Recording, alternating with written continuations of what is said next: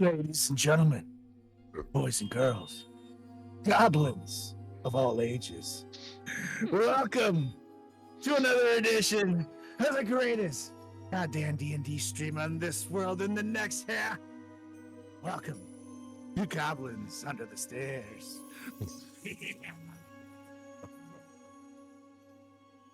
You got Soul like the Destroyer ready to slash and bash your Sunday night away with my epic Wrecking Crew of Destroyers.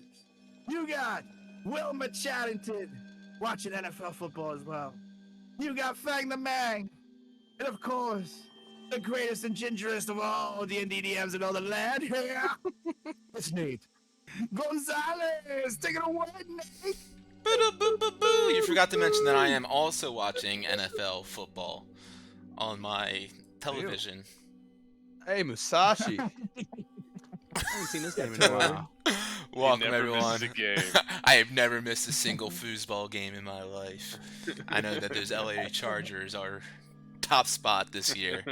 I had Baltimore Colts. That's what I was saying to Johnny before. I had to remind myself quickly what team Los Angeles currently has, and it is the Chargers. Yes. So welcome tonight, everyone. To and the Rams. I thought the Rams were like an old church. Oh, never mind. Just forget me.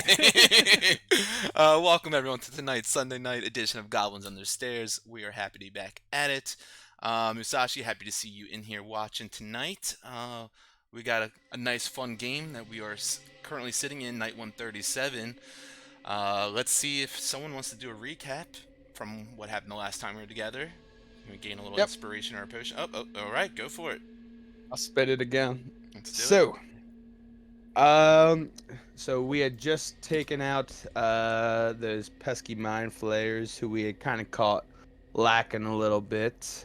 As soon as we had taken them out, obviously we had noticed beforehand that there was a door just behind that large mind flayer statue. So I had kind of just told Solrek and Wilma to, search the bodies because I noticed that the door behind the statue had the kind of like the celestial inscription that we had seen prior, where you had to use the illithid head to gain access to.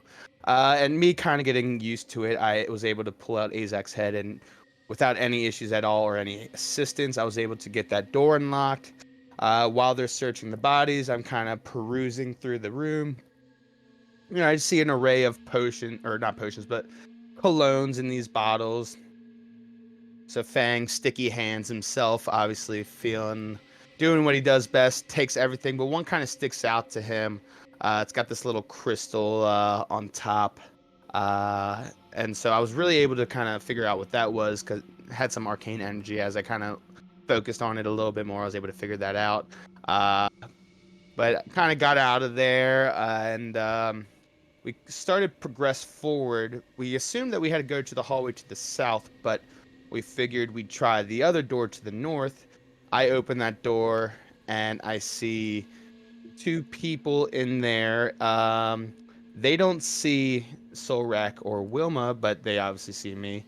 One was like this humanoid-esque figure that had some tentacles growing out of it, named Dioro, as well as Larnin, which kind of seemed like his assistant, friend, liaison, whatever you want to call it.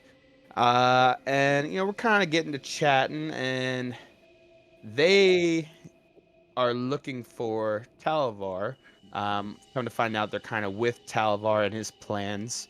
And I try to kind of hold it together and kind of sell my bluff on the fact that, yes, I'm with you guys as well. I'm looking for Talavar too. It seems as if that the way to Talavar is in that little slimy pool that was in that room right next to him. And of course, Dioro wanted me to go with him, and I was a little hesitant at first since I would have been going in there by myself. So I wanted to make sure Solrek and Wilma kind of understood what was going on. So I stepped out without them understanding what was going on, and I slide back in.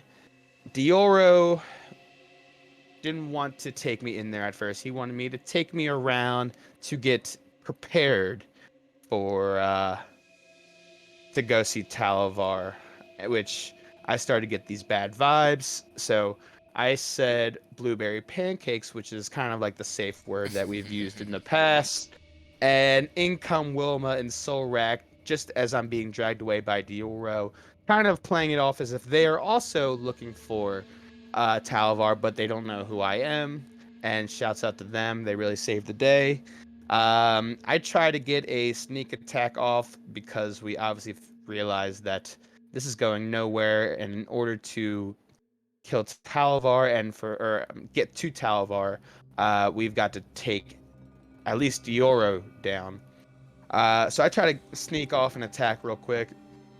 Dioro's pretty keen on it, but Sorak and myself are kind of focusing on him while Wilma notices that um, Larnin isn't quite with Dioro's side or with like our intentions. So she was able to get Larnin to see the light and kind of join our crew just shortly after we had taken out Dioro. And so as of now, we have gained a new amigo, and we are hopefully on our way shortly to find Talavar. Indeed, indeed. With that, this dead zealot of Talavar on the ground, his tentacles kind of still writhing about until they slowly just twitch out and stop moving. Fang, a few moments ago, investigating this pool of water or liquid of sorts in this little area to the north, kind of swoop your hand into there, and seemingly nothing happened at all. You felt a strange sensation as you moved through it, but nothing seemed to happen in that time. But now that a few moments have passed and it seems to have absorbed into your skin, you look down and you see it's starting to like just transition from being on the outside of your skin inwards. I need you to make a wisdom saving throw. 11. I will use my inspiration on that. Move you brightly. Let's see. 23. Go. There you go. Cool. As the strange liquid kind of absorbs into your body, you feel a connection kind of spark in your mind.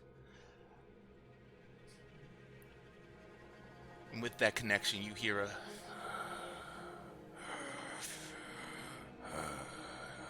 deep,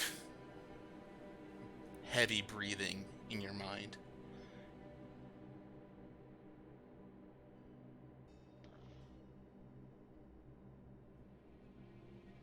Would I be able to kind of determine that maybe this is like not like exactly the same as like the tadpoles that like mind flayers kind of like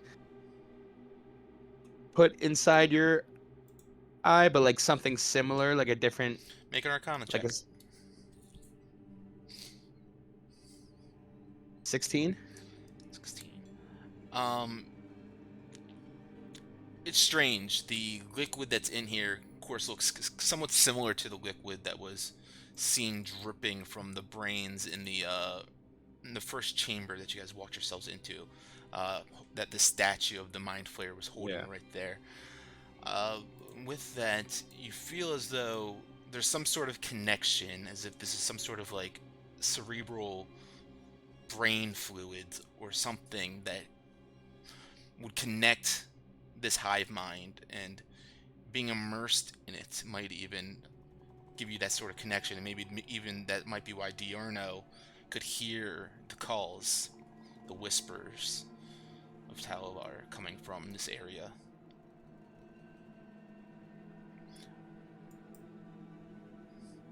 So it's not really like, just so I kind of to be clear, it's not really affecting me physically. It's something more that like I am spiritually being able to connect myself with, I guess, Palavar and potentially, like, I guess, like, the Illithids.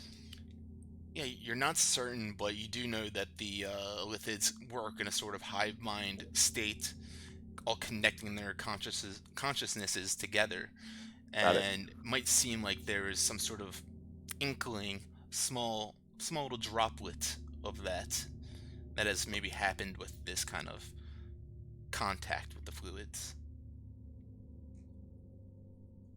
So I kind of, after killing Diorno with Solrek, I proceed to head back into that room with Wilma. Oh, excuse me, Solrek. Hey, thank you. Um, Wilma, I know you had Don't touch kind me. of. Yeah, sorry. Tight hallway. I know you kind of talked about uh the slime dripping from the brains from that statue inside there. This slime here, come to think of it, seems awfully similar to it. And now I don't think it's for consumption purposes or fuel or energy that they get. I think it's a way for them to connect with each other and like almost telepathically communicate with each other. And I don't think this is necessarily a portal that we thought in the first place that would get us to Talavar. Larnin, would you happen to know anything else about this pool of liquid? Kind of sheepishly looks up from underneath his cloak at you. I know very little, just what I've been told from Diorno on our travels to the far realm and back to get me initiated. He gestures over to the pool. You see those symbols, and you see these kind of like squirming, kind of symbols of like tentacles and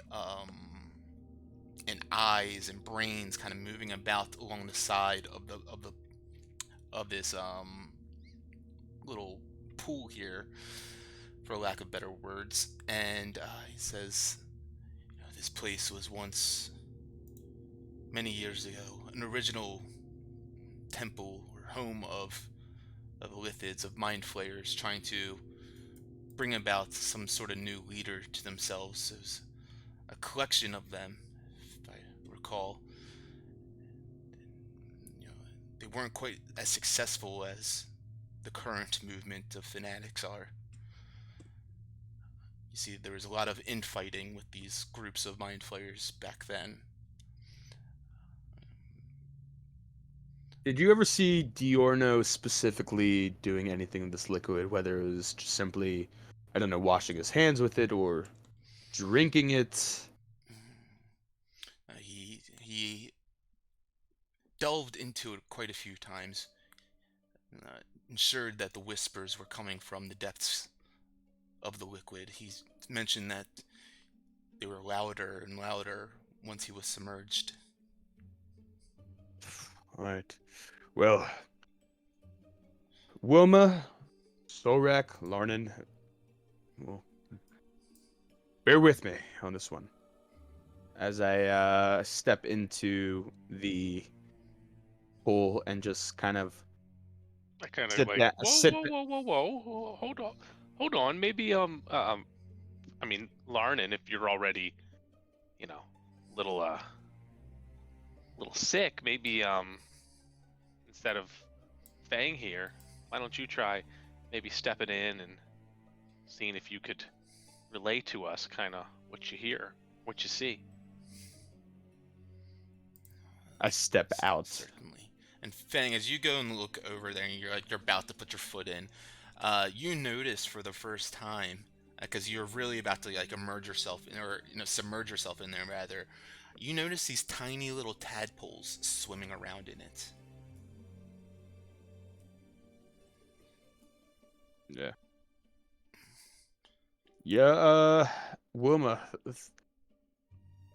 Good thing I didn't get in there. But yeah, Larnin, please help yourself, please. This is gonna be pretty critical on our adventures down the road. Did you see anything in there, Fang? Oh, I saw something. All right. But guys, like, Larnin, could you Care to share? What might be useful? uh, Yeah, do we really want Larnin to go in there, or maybe we just keep on snooping around this place? Larnin, didn't you say you are sick? Not exactly healthy, but no, I'm not in grandest terms, ill, I guess you would say, but I am infected, By the mind flayers. unfortunately. Wilma, I mean, at this point, if he's already infected, Did they put one of them tadpoles in you, there, Larny? They did. This, the chamber that Diorno was planning to bring you to is sort of a room where they contain the pods for this transformation.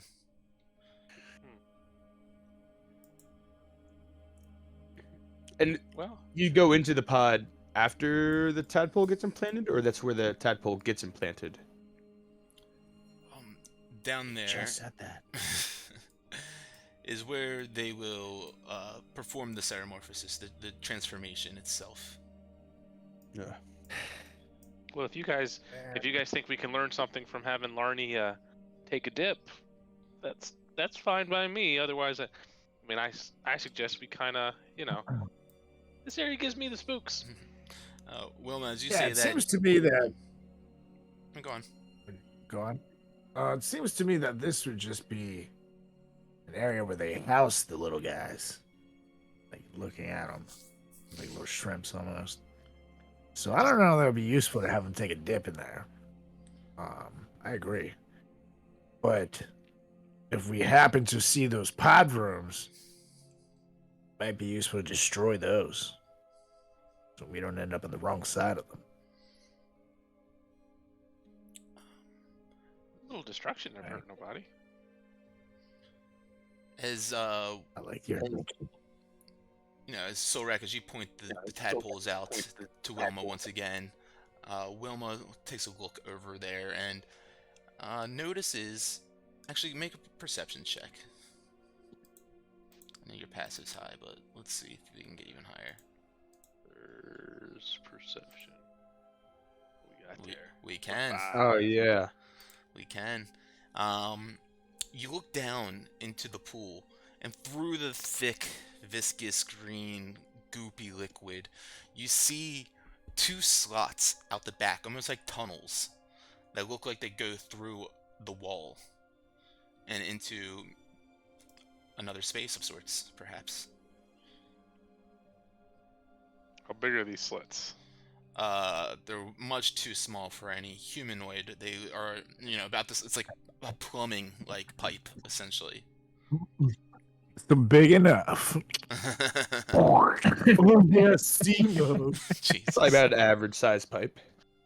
Yeah, like 3 inches. This You too. Whoa, buddy! Don't come around here with that monster. So maybe was it looks like this thing might be getting fed from somewhere. Maybe To the there's a way pods. to get behind it. I there know was you'd that, love that, Wilma. Oh, I'd like it if it was behind me, but that's a whole other story. Maybe we can check the paths out, or there was that hallway. It went to the north, so that would be a little bit north of this, and maybe there's a room behind it. Well, let me say this. At this point, as far as gathering information of, the telemorphosis, do we really have any other business that we need to be doing in here? Does the telemorphosis really, is it really important to us at this point? Or should we be kind of getting on with finding the I mean- portal to Talavar? Yeah, I mean, unless we just want to go destroy the pods like Solrak mentioned, just to, maybe slow them down from doing this to other people, like my boy Larnin over here. Like, give him like Yeah. a bear fist bump. I think I like that idea. And then I say we just kind of keep moving forward. All right, so Larnan, would you want to lead the way to the pod room? Yes, as mentioned, kind of just gestures right down to the south. It's right around the corner here. Okay. Let's go. And I proceed that way. This This way. way, right? It's, Oh. I don't know where you're going, Silrak. it's literally. It's all right, cause this way. Oh, I don't see the path. Oh, there it is. I cast light on myself because I apparently don't have any light. So All right. Let's I see. can't see past this, though. The door, you mean? That checks out. What? Oh, hold on. Oh. Wait, what the hell is that? Oh. Run away! You can't run. You Oh, have to shut how are you that. moving with this? I have the screen, the thing Because I'm paused. awesome. See ya, sucker. That's crazy. I'm Yeah, out of You here. just start running away. You guys can all move like that. All right, you're not supposed to be able to move, so that's broken. All right, so But I'll stop moving. all right.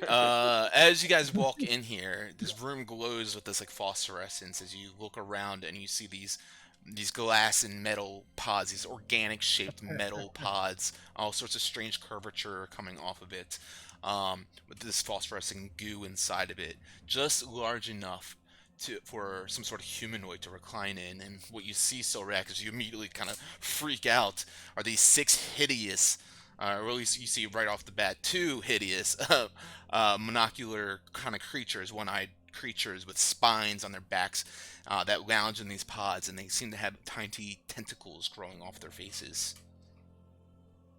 Ugh. Are they just like? Do they see us? Do they look like they can attack? Or are they just like stuck? To the pod? They're inside the pods, and as you guys walk into the room, you see their eye blinks open and like kind of like jitter about a little bit and begin to tap on the glass. Do they look like the things that kind of had Wilma hostage back in the temple? They do, except for these ones seem to have tentacles beginning to grow from their face. Ugh. And I walk up to them. And I just shake my head and say, "We're sorry. It's too late for you. Guys, make sure not to release them. They are already in transition." I'm gonna like stare at one like the because I Armin! recall they were like talking a lot because they wouldn't shut up when Wilma was in her thing. Mm-hmm. Can I like if I like tap on it and just be like just like wave to them, like is it the same ones kind of thing? Like do they recognize me? Do they make a sound that I recall?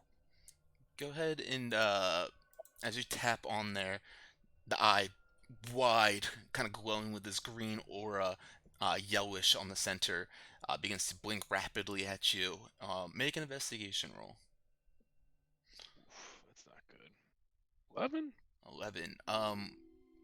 They look extremely similar to the beings that had you held captive and captured in Narvi's temple, but it's hard to tell if these are the exact ones or not. Regardless of the fact if they are the exact ones, they are definitely similar type of creatures created in the same sort of process of what you guys know are like going beyond the depths of arcane knowledge, esoteric knowledge that they should be trying to reach in their minds, which just drives them to this level of fanatical craziness.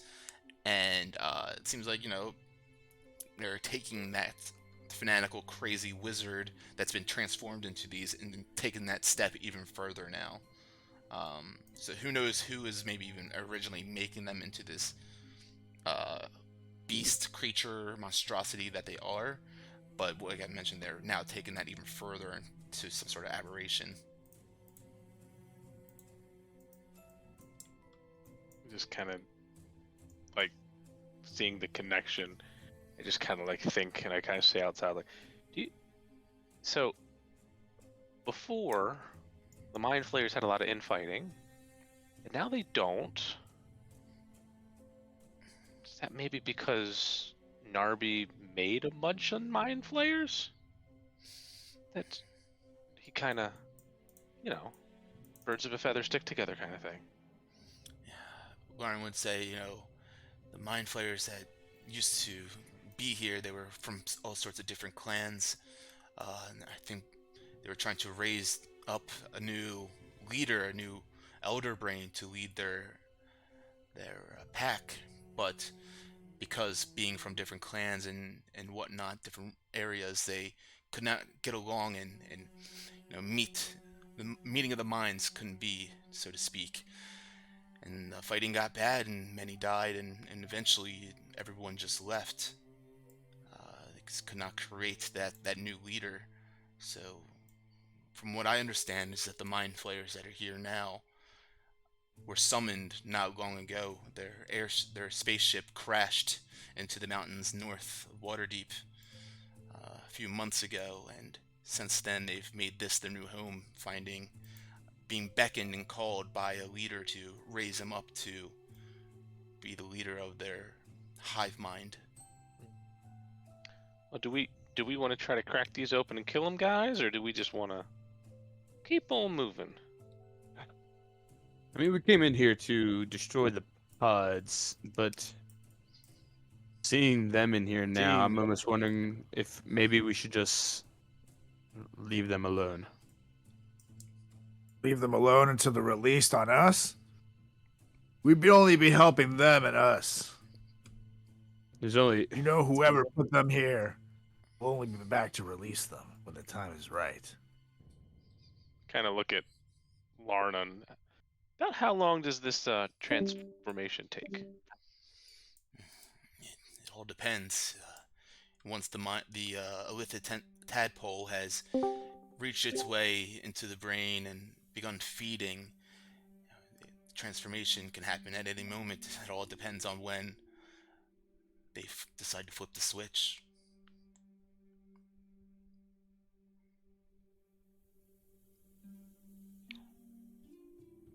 These creatures, they're not like super cognizant, or are they all like awake now that we're here? They are awake. They don't seem to be fully with it, floating in this kind of brain fluids that they find themselves floating in, this ooze, but yeah, they definitely, they're conscious. What do you guys think? Kill them or try to finish our deeds here before these things wake up? Well, if we're going to be destroying the pods, we might as well kill the beings inside of it. So it's either we do all of that or we get out of here and go on with continuing to find Talavar. I already know Solrak's answer, but Wilma, I'd like to see if you have a more reasonable response aside from just slashing and bashing. Well, if it's unreasonable to want to destroy... I'm not saying it's unreasonable, I just know how you are. Well, that's... Mind Flayers. Just saying. Maybe we can... literally make it as we speak. We are able to destroy them now. Why wouldn't we? Maybe we see if... we see just how difficult of a proposition that is. How exactly do you open these, Larny? That's something I'm not quite certain of. Must be a mechanism somewhere, but I don't think there's any within this room that I'm aware of. How about instead of destroying the the pods and the things inside of it, why don't we destroy the pipes that you had seen extending from the pool in there, Wilma? Because I'm not getting in that pool. I didn't say you had to. Yeah. How would you do it then? P. Kane says, open the door. What'd you say? Someone in the chat, P. Kane says, open the door. I don't know, so I mean, Thorak, do you want to just try to open one? Well, try bespoken. I can kind of cast a guidance on Solrak if he wants to poke around and see if there's a switch or anything. There's a switch. I'll show you a switch. And I take out my sword. And I'm gonna take a big old strike at the door, at the glass. Hell yes. Go ahead and make an attack roll. I'm gonna step back. Yeah, I'm gonna stand right where I am, next to Larnon and the door. Note I close my eyes so no glass go in it, because glass safety is very important, kids. Smart. 14. 14. You go to strike at this pod with great strength with your blade. As you carve into it, your blade strikes into it, and no damage done to it at all. So much for having a barbarian in the group, Wilma. Wait. That was just a warm up, and I do a couple of these. Couple of these again. Wait, gotta go backwards. And me in the background. Yeah, you don't want to pull anything, Solrak. Okay. So one more time. Demon sword. 26. Okay. This is with the demon sword? Yep. Alright. As you slash into it with this 26, great strength, you carve into the... Are you aiming for like the metal, or you're trying to shatter the glass? I'm trying to shatter the glass. Alright. The blade strikes into the glass with this flaming, fiery energy, and as it does, the heat from the flame starts to make it more brittle, more fragile, and at that same time as you strike into it, you just hear a splinter as it begins to spider web across the glass. It doesn't like completely shatter out, but it is broken. Then I look over at Fang and I say, "For having a barbarian around." And say, Wilma, if I stand a few feet back, could you blast this thing and get the rest of it? No. Don't. No. Wilma, you stay out of this, as I'm kind of heated that now he's said that. You know, I'm 4-2 against. You guys see fights a with little bits Solrak. of this liquid start to I back away from the spray- liquid because I don't want to get wet. starts to spray out of this tiny crack, just like a weak squirt gun, honestly. And it's just pouring out of it. You watch slowly as the liquid begins to drop down lower and lower with the being inside of it. It begins to smack on the glass Right out of the way. and feel around it. Begins getting crazed inside. Yeah, I do a step back, and I'm like, hey, Solrak, maybe we work on that other pod now, huh? Here. Sounds good. Well, Now that its arm is able to break free from the liquid, it's starting to pound on the glass. You guys hear start to push from the inside out. And I go, I mean, we got to at least finish this one as soon as so like as soon as there's like a little hole or anything in the glass, I'm gonna send a sacred flame into it. Okay. we'll finish this one and then we'll do the same with the other one. As soon It almost looks finished. its head is completely out of this liquid now as it's pouring all over the floor in front of it, making the area very slick and slippery around the tank. Finally, as its head kind of blinks out and breathes fresh air for the first time, Fang, you can feel this sharp pain in your mind as you hear this screaming static hiss scream out, and all three of you guys begin, as Fang hears that first, he grabs his ears, and you all look around at him, and then it all begins to scream in your guys' ears as well, as I need everyone to make an intelligence saving throw.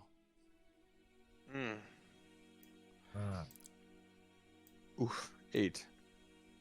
It feels like a boom just kind of starts to ring out after that static hiss. I'm gonna re-roll that. Was there a Use after that saving throw? Was there a reason that like I'm able to kind of figure as to why I like I guess was affected before those two?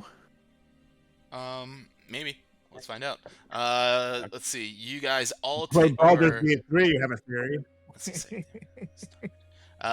Wilma and Fang, you guys hear this and begin to grab your ears, and with that, you take 6 points of psychic damage and are frozen there as this static sound just rings out, bouncing around inside your skull. It feels like your brain is about to explode from the inside out.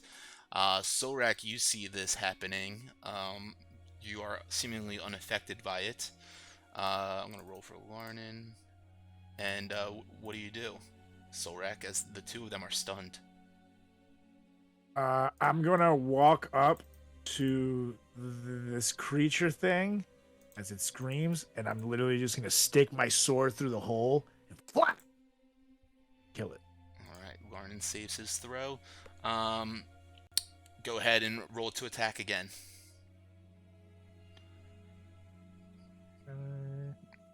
Actions. Yeah, 20, bitch. Nice. Go ahead, roll damage. That's how it be. That plus. So that 13. is let's see. Your first dice roll is a D8, right? So 18 and then a D10. Is that the second dice roll, or what? What's the fire damage? Yep. So 1d6 actually. a D6. So it's 9 on the fire damage, and then 18 on the regular damage. So 27 damage total as you strike through the glass fully, like right in this like puncture hole that he's kind of gotten broken open just enough. You pierce through it and are able to hurt him pretty badly. He writhes and screams in there as your blade is still stuck in his chest. What do you do? I'm gonna finish him off, brothers. All right. Okay. Another demon sword. 19. That will that will miss in this case. Yeah. Mm. Okay, I'll take one more stab. Alrighty.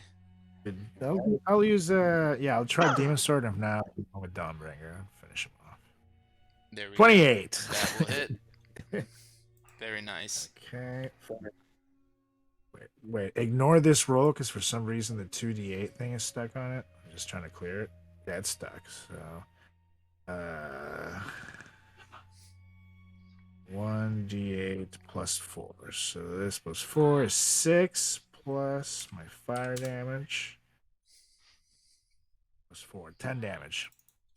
Alright, and with that, as you pierce through, right through the glass once again, your flame energy shoots up through its chest, and you see its eye go wide as it starts scratching at the glass, freaking out, until its head goes limp off to the side and kind of just collapses on its own, just still your blade sunk into its chest. And with that, Wilma and Fang, you guys break free out of the stunned state and able to move about once again. Kind of confused about what just happened in those last 5-10 seconds or so. That wasn't I fun. look at the guys and said, "Hey, I guess it's pretty useful having a barbarian, huh?" Start chuckling. Well, I would hope the one that got us into this problem would get us out of it as well. But you think we really have to do it to the next pod? Yeah. Look how easily that thing took control of you guys. We have to kill it. Can't risk this thing getting out. Yeah, I mean, What do you think, Wilma? Is there anything you can do to protect yourself mentally now knowing that you guys are not as mentally strong as old Solrak? You guys are magic. You're telling the monk isn't as mentally strong as... I'm not going to entertain that, actually. I mean, you tell me who you just got Oof. taken over by this being, not me. Wilma just drop a That's silence. cool. Wilma's measuring a silence. Okay. So that's I go up appropriate. to the next one, and I'm like, all right, let me show Solrak who's mentally and physically stronger here. As I take my my staff and I try to take a baseball swing right to the pod. While they're doing this, I'm going around the corner and I'm putting my hands in my ears and I'm just casting guidance on myself. Like, God damn it! All right, Fang, you run on up, ready to take a swing at this thing. Roll to hit. Let's see if you can do some damage. Ooh, 28. Yeah, you just kind of run up like a excited kid on a birthday with a pinata, and you just go swinging right at this thing. Crack! It dents into the glass, and you see kind of the same exact thing. It begins to spider out a little bit, spider web out, and instead of like fully shattering open the glass, you have broken it. And I walk away with the one hand like on my staff, like, and it's like kind of over my shoulder. And I'm like, only took me one swing, buddy, and you're the barbarian. Yeah. See All me right. like turn my head around. It's like, why don't you just break the fucking thing? I go back to holding my head. Let it leak. Let it leak. Ugh, gross. So is it leaking? It is beginning to just like once a little bit of like pressure starts pushing up against it, you see a little bit kind of push apart, and then slowly but surely some of that brain like goopy liquid starts to pool out from it. I walk out the door and I close it. Oops.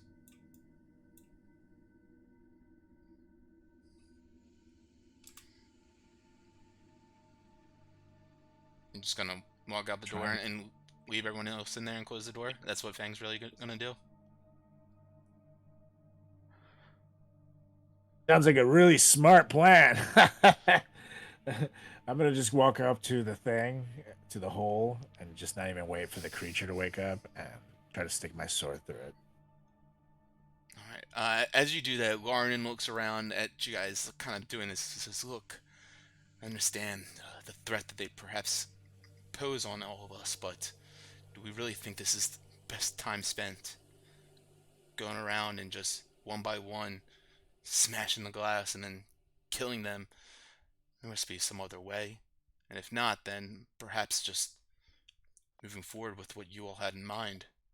I open the door and poke my head. That's what I've been saying.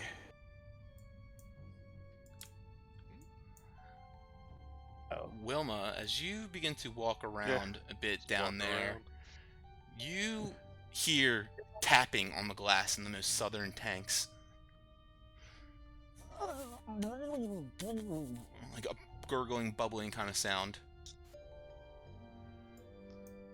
I immediately turn around and run back up and tell them, I'm with Lauren and you guys need to sort this out and we need to go. I think something's in here alive. Fine. Let's go see what that is. Well, kill that thing first. Fine. You make up your mind. You want to kill things? You want to leave things alone? I can't. I don't know what to do with you guys. Good lord. And I take out my demon sword. I try to shove it in the hole. Oh, yeah.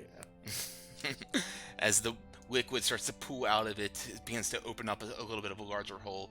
Over my ears. Go ahead Nice. and actually roll a dexterity check for me. Okay. Now, is this a saving or just it's a check? It's a check. All 21. right. You see its eye go wide and about to pulse out some sort of psionic energy as the one previously did, as it begins to get frantic inside this this cell. Go ahead and do what you were about to do. 29, not 20. Woohoo. Oh wow. Jesus. Yeah, let's say with that, then you just kind of stab into the cell here, this container, and are able to pierce it right into its heart as it kind of scratches about in the cage, trying to break its way out, but easy enough, like shooting fish in a barrel. This thing just dies at the end of your blade. And I pull it out. Back away from the thing. It's like, okay. So where were we? check out the noise down here, and then we keep moving Well, to the south. we can check out the noise. I don't think walking around killing these things one by one. I'm with Larny. This isn't a good use of time. Fine. Well, lead me to the noise. Where'd you hear it? Where'd Fang go? I ran away. Kind of call out to Fang. Yes. You wanna come in here and help us check this out? You're just gonna run away? All right. All right, what are we thinking? All right. Well, down here, and I just kind of I get to like here, and then I point into the bottom, and it's like I think there might be something else in there. Why don't you go check it out, Solrak? So strong. Awfully a lot of Start pods. walking. You too, Fang. Then I get over here. Hey, Solrak, you hear Yeah, I can see tapping the on pods in the glass water. and like a gurgling, bubbling kind of sound. As you make your What- way what down the- here, you notice Thestral Mulardin, the Harper of Waterdeep, is in one of these tubes, pounding on the glass, eyes wide, trying to scream, but nothing audibly coming out. And then you turn your head to the other side, and you see Kobaz, another Harper that you guys have dealt with in Yardtar, also stuck in one of these glass tubes and trying to pound his way out of there. I look at the girl and I said, "Fang, save Cobus. I got this one." And they say, "Cover your eyes." And I get ready to swing that thing. You mean ears? As I swing into the glass. I said, "No, idiot, eyes, so glass doesn't get in it."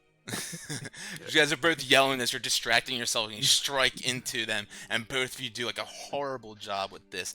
And Thestral like jumps back, like terrified from Sorak's blade trying to shatter this, and Kobaz like points over to a thing on the side of the cell, the tube. Is that it like he's a switch that he's kind of pointing at? Go ahead and make an investigation roll. Yeah, I'll check on my end as well. Oh, nat 20. Ooh. I don't see it. Bullshit. With that, yeah, there's really nothing over there at your first glance when you begin to look around it. But then you notice that there's one of these small plates of like the Qualith lock that you have seen over time and time again throughout this area and previously. Pull out Azak's decapitated head, and I'm like, all right, I've done this 3 times now. Let's make it a 4th when it really matters the most. And I just kind of like rub it across the celestial words. All right, go ahead and make a Arcana check with guidance, so a D4 added to it. Oh, sweet fucking Jesus! I was gonna say, since you've completed 3 at this point, you can make it with advantage. Hey, 18. Oh, 22. All right, and with that, you grab Azak's head and you begin to move around the plate, and you watch as the lines begin to glow up, and the dots begin to illuminate as well. And one by one, you hear a clicking mechanism from the latches holding in the glass plate as it opens up, and all the liquid begins to drain out the bottom somewhere. Kobaz gasps for breath, and you just see him dripping wet, gooping with this thick, viscous liquid pouring off his body as he tumbles forward onto the ground before you, Fang. I run immediately Fang, quick! over to Over here. Thestral, and I do the same thing with Azak's head. Make another Arcana check with advantage. Still guidanced. Another 6. 9. Oh God. That one, you begin to mess around with it, and Well, you feel this immense pain shoot through your hand, straight through your arm, and up to your mind. I need you to make a wisdom saving throw. stop it. With guidance. 15. Okay. You hear this like static boom just like, ignite in your brain once again. Each time seems to get louder and louder and more painful. You somehow, though, being apparently quite used to it at this point, are able to fight off any sort of issue that would arise from this, and you're free to try again if you'd like. The DC is going to be a bit higher, though. Yep, I got to. Bear with me, Thestral. I got you. Ready in case it fails. 23. 23. 23. 22 is what I had in mind. As you go on Oh, yes! to it, and you begin to move around Azax's head on this plate once again after feeling this static boom just go through your body, and something in your mind tells you, like, no, I need to do this. I need to be able to fix this and get her out. Thestros helped us many, many times. I can't just let her go to waste like this. And as you are doing everything you possibly can to free her from this, the lights begin to illuminate on each one of the symbols, these arcane sigils, and one by one you hear the clicking mechanisms unlatch as the glass pod opens up from the front with all the liquids pouring out the bottom of it, going through some sort of suction or tube of sorts as she gasps for breath, and she falls down on the ground outside of it as well. Are Thestral and Kolbaz giving any indications of them being infected with a tadpole? You can make an Arcana check or investigation check.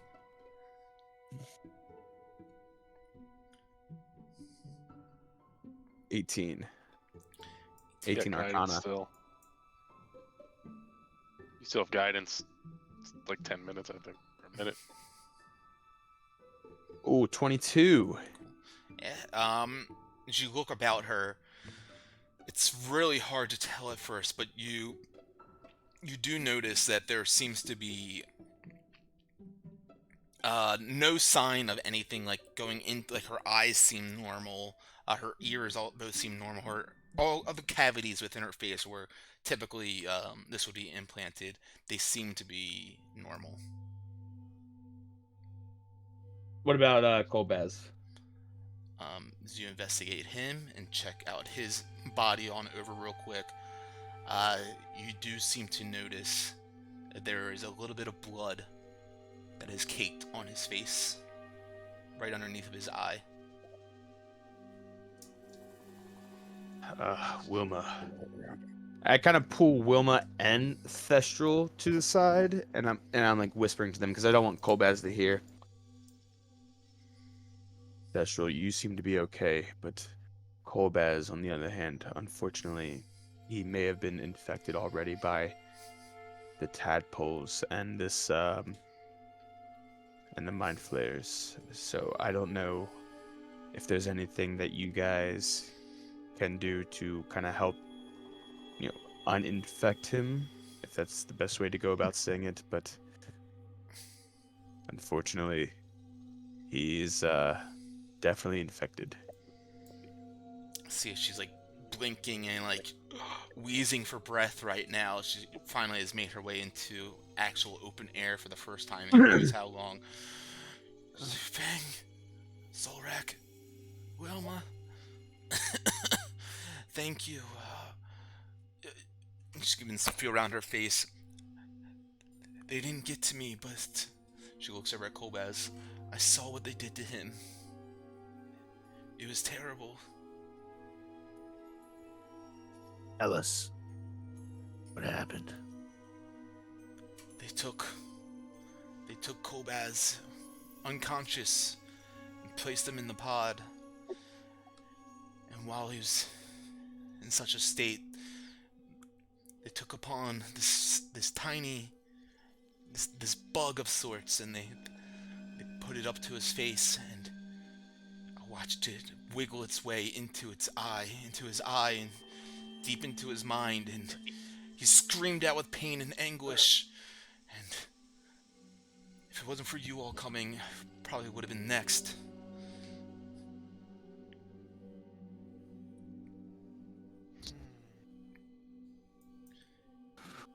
Well, let me just say, it's been quite insensitive of me to say, are you okay? All things considered, I guess so. But really, I'm not. Well, This is a lot. And I'm just happy that we were able to get to you, at least you, in time, and save you. And I just don't know what we're gonna do about Kolbaz, unfortunately. Yes. Lucky for the Harpers, we have many who are skilled and knowledgeable in many different fields, but with such a thing as this, I can't be certain that we have the answers to.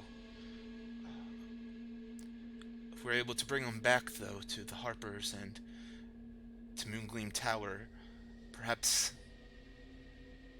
just perhaps, we could still save him. We were taking our There. troops and the groups to go down to Daggerford to assemble everyone to be ready for the big battle, as you all mentioned, but on our way down there, we were ambushed by the Zentarum. Mm.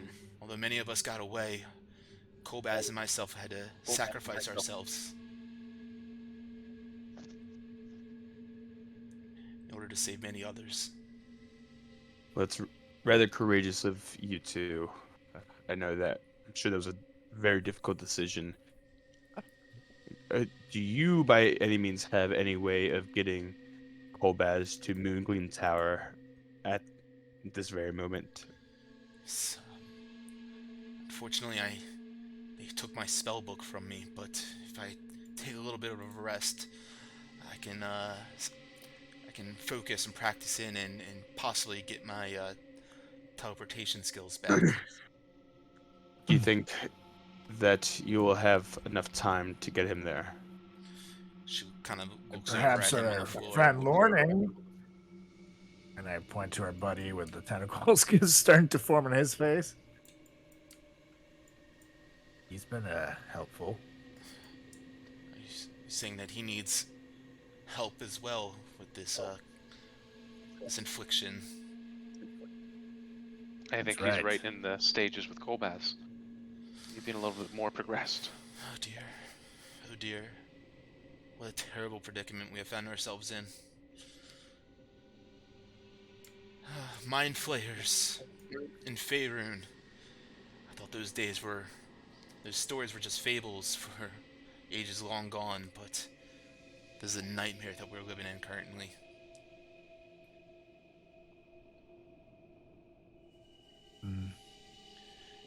Sure is. She looks over at Kolbaz down on the ground, and Kolbaz is like beginning to blink his eyes now and wake up as well. And excuse me, she pushes through you guys and says, Kolbaz, relax, just you're okay. She kind of cradles and puts her arms underneath his head and gets down on the ground to just give him a little bit of support. Kolbaz, can you tell the wrecking crew here what you remember? And he eyes just slowly beginning to open up as he coughs and wheezes a bit of that fluid out of his lungs. Scoops out. So, Solrak, Fang, Wilma. Didn't know you were friends with them. It's good to see you. Yes. My memories, of course, are a little hazy, but they captured us down in Daggerford as we were approaching there, and we made a diversion to let the others get away. Unfortunately, we were surrounded and paralyzed, stunned, and captured to bring down here. The last thing I remember before waking up now is when they awoke me with the slimy tadpole, the sharp pain before it burrowed its way into my skull, into my brain. You can see him kind of like go cross-eyed for a moment, almost like he's looking inwards. I can still feel it, but I will do everything I can to fight it. Kind of grabs the back of his skull as though in pain for a moment. Thestral, do you have a way for us to get out of here? And she kind of says what she just said about the teleportation, but then looks over at you guys. Do you all happen to have a way for us to get out quicker than that?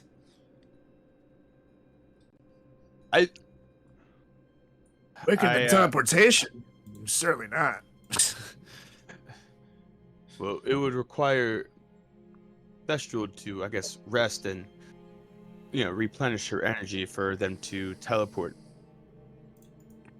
I don't know if this will work, but I have these spectacles that I had collected from Narvi's temple. If you focus on, I guess, trying to figure out the powers of them, they will allow you to teleport wherever to any plane or a place that you would need to. And so I'm thinking maybe they might help. So Yeah, you pull out the glasses. yeah, the Arcana Claws horn rimmed spectacles. Yeah. As you pull those out, and yeah, so I can do like half hour's worth probably. As you pull the glasses out, she's let me see those for a moment, and she observes them, looks them over, and down the side around the rims, the kind of horned rims, you can see these like swooshes and swashes of arcane sigils and runes throughout it. Excuse me, as she kind of rubs her hands on it and says, "Well, no, these aren't glasses that can teleport you to just any plane or anything. This will take you to the center of the multiverse. This will take you to Sigil itself." Specifically, the center of the multiverse. Not anywhere you want, but specifically there. That is where this is written to be transported to. Yes, that's what this is exactly for. I don't think that's a place we want to go, guys. It's not a place that I would say you all want to go.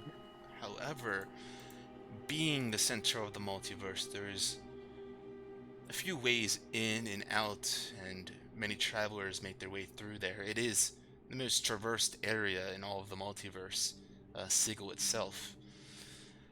Uh, if we went there, it would at least buy us time, and I'm sure I could find our way back from there in some sort of capacity. Do you think if you went there and What about your guys' conks? Do you think Hecaton would be able to help them? they have to be used at the same time? So, yeah, I guess that would work. Our only thing. I guess my question is, how do we get out of here once this is all said and done? That's probably a bridge that we will cross eventually. But I Fair don't enough. think that's our biggest concern at this very moment. Unfortunately. But I'm sure we have ways to get there again with the spectacles that I have. If we wanted to give those to Thestral, or give them the conches of teleportation, we certainly have a way out of here with one or the other, depending on what they decide to take. Thestra would chime in. It seems to me, with the grand task that you all have arranged and begin to orchestrate, it seems imperative that you all stay perhaps on this plane. Don't go hopping around. We, or myself at least, are familiar with transplanter travel and in all sorts of teleportation circles and networks. I'm sure, as I mentioned, in Sigil, we would be able to find out or figure out ourselves, and at least I could get there and rest, and then figure out a way to extraplanar travel from there, or at least take these spectacles and teleport back to this exact spot, and then from there teleport away. So if these conches that you guys all have used in the past, and I've seen you all use them, they seem very effective, and it seem like something you should maybe hold on to, in my humble opinion. That I is think that makes perfectly sense. fine with me. Okay, so here's the spectacles then, Thestral, and I don't necessarily need them back. I'm really just worried about the well-being of Kolbaz, because I know we may be calling on you guys here in the next couple days for the well-being of Faerun. Absolutely, and and I can't speak for Kolbaz exactly, but I know that we were trying to do everything we possibly could to help you all out with everything going on in Daggerford and make sure that this black moon that's rising isn't the end of it all, the beginning of the new times, as they've been calling it, this new age. And I'm sure, as I mentioned, this that Sigil, the city of doors, with all the types of beings that traverse through there, perhaps there's even someone that can heal Kobaz there. There are all sorts of strange beings that linger throughout there.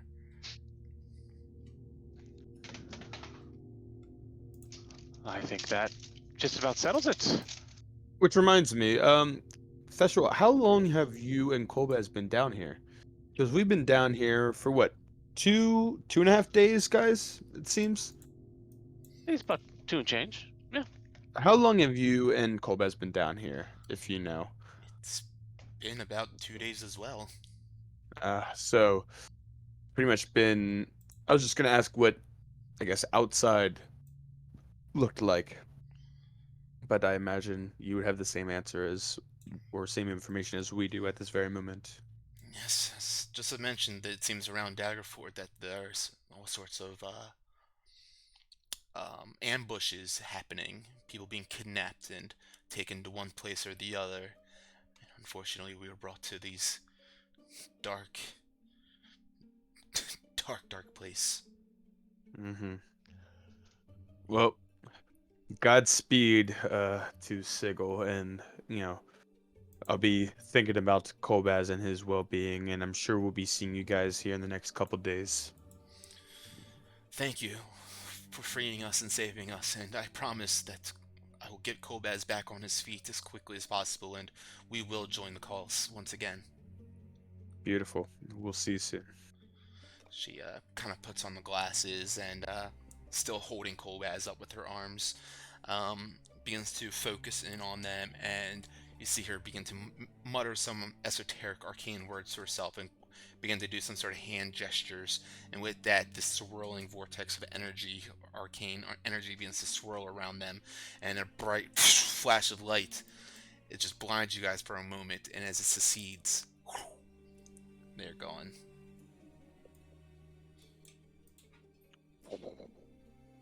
Man, I can't believe we saw them down here. I hope they can cure Kolbaz. He's a good guy. And that's I think definitely they're someone that thinking we they're could lucky use. stars they saw us. It's Absolutely. more like it. Well, should we keep on keeping on down here? I don't know if we want to go down here, see if there's anything. Nope, there's not. Oh well. Do you guys want to maybe go back to the other corridors? And I really think we need to stay out of the gook. I Doesn't seem agree to with be you anything and good. Larden. I really do think that we must just keep on with trying to find the right way to go to find Talavar. And there's a couple of more doors on the north of this hallway, as well as uh the west side of this room, or I'm sorry, the room with the Yeah. pool specifically, that we could maybe just kind of poke our heads in, because I'm still not sold on the idea that those are the ways we have to go. I still think that we have to go in that south hallway where the statue was. And we'll go to this house. Well, let's I think if I recall, around the corner there's a door that like hooks around, possibly behind the pool. Maybe we can see what's in where those tunnels lead. Yeah, yeah, and again, there's a couple doors in this like hallway outside, so we might as well just poke our heads in real quick. I'm starting to think that maybe it's just other pod rooms, but could be wrong. I think we should try going up here, because this should lead us around, potentially behind the thing. Behind the pool, you No. think? Yeah, behind the pool. These doors up here to the right. Yeah, Wilma, you go down this long hallway. You see there are 3 doors on your left. Lauren, did you by chance go this way? I did not. We came from one of the farm realm rifts and made our way into here following the whispers. Kind of look at each of the doors. Are they all Qualis lock doors, or? These ones that you stand before are not. But the next, as you continue down, the last one is. Third one. This is a Qualis lock door. Yes. I don't know, guys. You want to try out this one, or do you want to go to the west? I think, if anything, we should try the one that is locked, because it feels as if only things of importance are going to be behind those doors. I think that's fair. Well, remember, You wanna- the pod room is not even locked. That is Touche. true. So, There I mean, could be more victims under here. which door was the Qualiflock one? That one's all the way at the end of the hall. So how about this? Why don't you guys try just poke your heads in the other doors while I open this one and poke my head inside? Why don't we just do one door at a time instead of potentially angering 3 doors? I agree. We should stick together. Whatever I don't- comes at us, we'll be able to dispose of quicker, anyways, than if we separate. I don't hate the logic. All right, I don't know, Solrak, if you want to poke your head in the door first, since you're the strong and mighty one. I'm actually kind of. Oh. Well. Seems that Wilma knows that flattery gets you everywhere with me. And Yeah, that didn't flatter me much. stick my head through the door. Where's your I token? lost you. I can't see you guys. It's because they're out in the hall. They've left this Oh, room. are you like Carlos. this, sir? Carlos is still in the pod room. Yeah. This way, buddy. As he's like staring at a Trying to wall, work like. with them. And then I go. You can do it. There you go, buddy. There you go, buddy. Yeah, Larnan, he's one of the slower friends that we have. It's strange. He seems like he's pretty smart, but not the wisest. Yeah, you Call him said book it. smarts. You said it. Lauren shimmies himself behind Fang.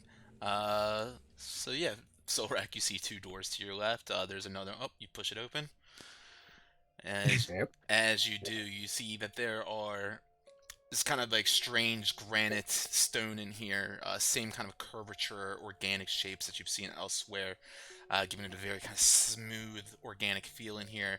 But you see several benches surround like a kind of speaker's podium of sorts. And then in the back, you see there's these stairs that ascend to a high balcony.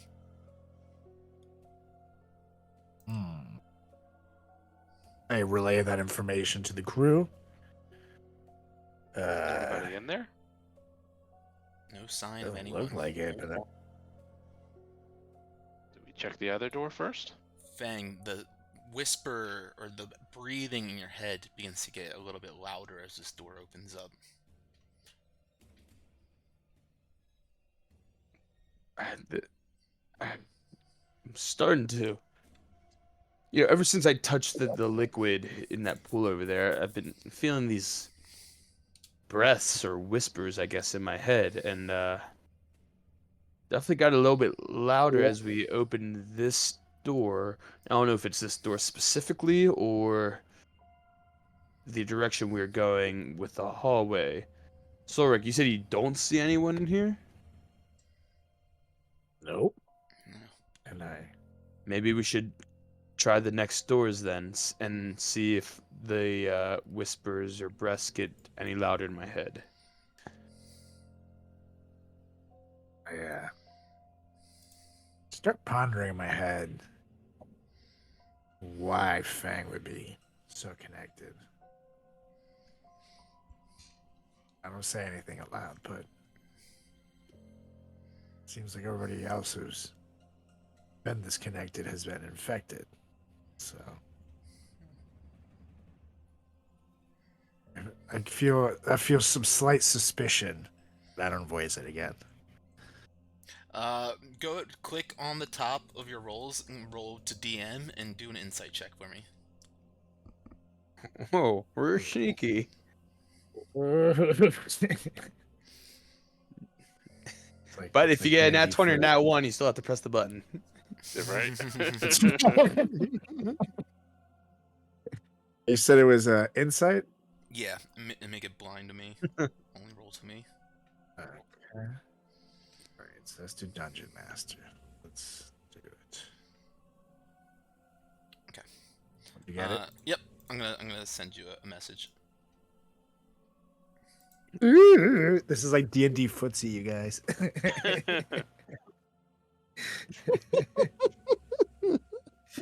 He's sending me a message. It's like a middle school love note. Right? I know. Are you infected? Please check yes. Circle yes or no. Circle yes or no. Is Fang infected? Tee. Raw XD. Right? Ooh,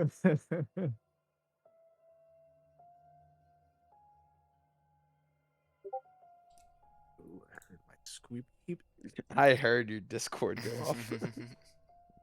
So, is anyone else like looking in the room at all, or is it just Solrak that peeks his head in? I mean, once he says it's clear, I'd peek my head in. I don't want to like. Yeah. I pay no mind So to it. Wilma, as you look on in, then this place looks like a lecture hall of sorts or something like that. A place where like someone would come and speak to a group of others, leading in front of the room, in front of a podium of sorts. Almost like a dictator or something like that. Is what you would maybe imagine, like where these like fanatics would come and listen to their leader spew out some sort of rhetoric. As you're looking in here, you don't see any sort of like, signs of the slime or anything like that. But you see up on the balcony where the stairs kind of ascend up from both sides that there's another hall down there with a door at the end of it. I'd kind of just completely empty. Walk in here a little bit. I'd probably check out the podium. Just kind of see if there's like any weird notes or auras, essence. Is Narvi connected to here? I can see him like up in the front being like talking to the mind flayers. Yeah, so do you want to investigate or do you want to sense some sort of arcane from here? What do you want to do? I guess probably first I'd like investigate if there's like any papers or like notes or anything of that nature. Yeah, make an investigation. Beautiful. Nothing. Absolutely nothing. It's a nice hall. Yeah, you're kind of Real nice room. dumbfounded by the scope of this room, and like it's very official looking for a place like that you have found yourself in. Really with a one, don't get much else. Question. Because you said like I noticed pipes in the other room. Did they go up? They went like Or through they, like- the wall. Yeah, but were they like angled up or anything, or they were just horizontal to the? From what you could tell, it's not like they were like shooting up at an angle or anything. Yeah. What you could just tell is like you could see the outside of the walls. pipes, and there were holes that were going into the wall from there. Okay. Mhm. I just kind of leaned back to the guys and go, "Well, the other door leads into here. Should we check out up there?" As I point to the upper hallway. Yeah, we might as well. Yeah. If we're Do done it. with this room. Right. Lead the way, guys. Oh, excuse me, Larnin. I will open the door. All right. Well, y'all ready? I already said that door is literally so like I go yeah, and I'm just standing right here. Ah, open the hey, Wilma. Ah, You the you the coming? quality store. No. Well, no. Why don't we Moving on. why don't we check the door up here? There's another door in here, buddy. Oh, that door. Come on, I thought you Thighs. were talking about the Qualith lock door. I mean, we're not done here yet. I suppose we weren't done in that hallway either. But I digress. Right. Well, Larnon, you coming? Right behind. Yeah, You do so that's what I right. like to hear. All right. Whew. Let's do it. Are you ready? Yeah. Open up. Alright. Fang pushes open the door, and you guys just see these strange flowing sigils that are inscribed around the edge of this enormous stone pool that's filled with this phosphorescent brine. It kind of bubbles and glows in here. As you can see a few bubbles pop on the surface, you can smell this acrid odor emanating from the pool. Fang, the kind of whispers and breathing in your mind begin to intensify as they get louder and louder. Ah, the breaths and it's getting louder. I think it's from this pool here. It's almost like the same stuff Diorin was saying he was hearing. But he said he felt closer and closer to Talavar. So I don't know. Definitely seems like the closer I get to this liquid, the louder it gets. Yeah, Wilma, you notice some pipes of some sort of strange alien-like metal running off the south end of this pool. Yeah, I just kind of say this is clearly the same goo. I kind of like would peek over, and I'm assuming I'd see a little tadpole swimming in it.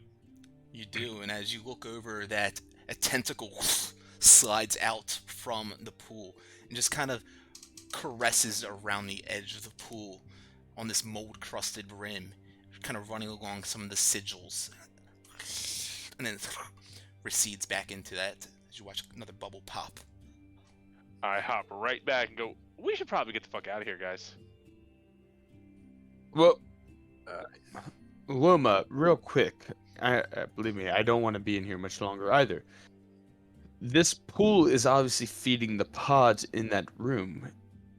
Now, I've seen you build doors from stone before, and I'm wondering if maybe you can build stone to cover the pipes from the same stone wall that kind of forms a perimeter of this pool, so that you can block off the pods from feeding this liquid into there.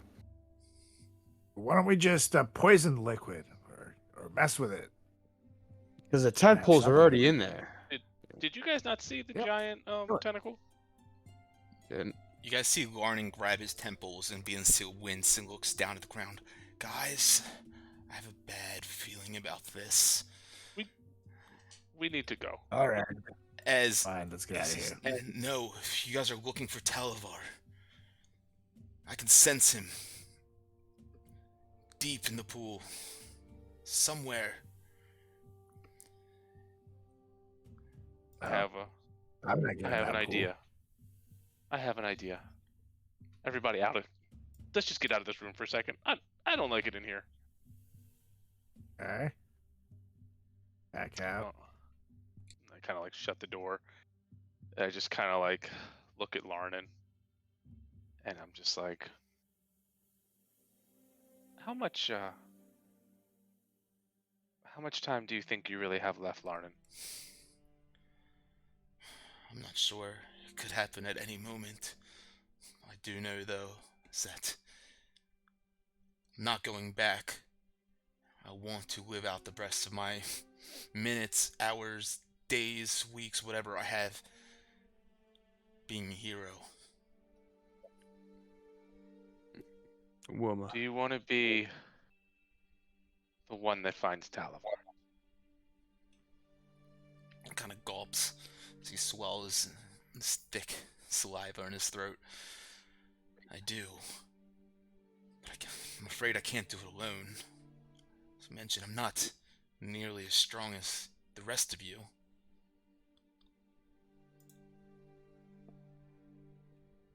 I have an idea, but I would need you to give us everything you have. I need you to go into the pool alone and tell us what you see.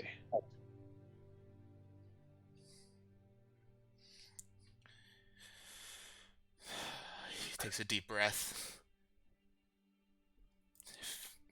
If that will be my heroic deed, then I guess that's what it'll do. Sit with me for just one more minute. And give me a favor though. I pulled out Wilmore's book and I like flipped to the back to a blank page and I kind of hand him a pen. I was like, write your story. And then I kind of walk over to the corner while he's, you know, instructing him to write about his life, right? What he wants us to tell people about him, right? You know, we're going to be telling stories about you for a long time. It'd be good to know where you came from. And while he's doing that, I'm going to ritually cast Ray's telepathic bond on all of us. All right. As you hand him a notebook, he kind of sits down in the hall right here in between the two rooms, looking over at the pool and then over at you guys, and takes the inkwell and begins to write down a few things about himself. He looks up to the sky and thinks for a moment and then keeps on writing. Where is everyone situated right now? It looks like you guys are just kind of sitting up on the balcony like that. Solrak, are you down on the lower level? I would have came down Uh, to the lower level. Yeah, I'm on the lower level. If I'm waiting for this guy to write his life memoirs. Yeah, while he's doing this, is there anything that anyone else is doing other than Wilma performing her ritual?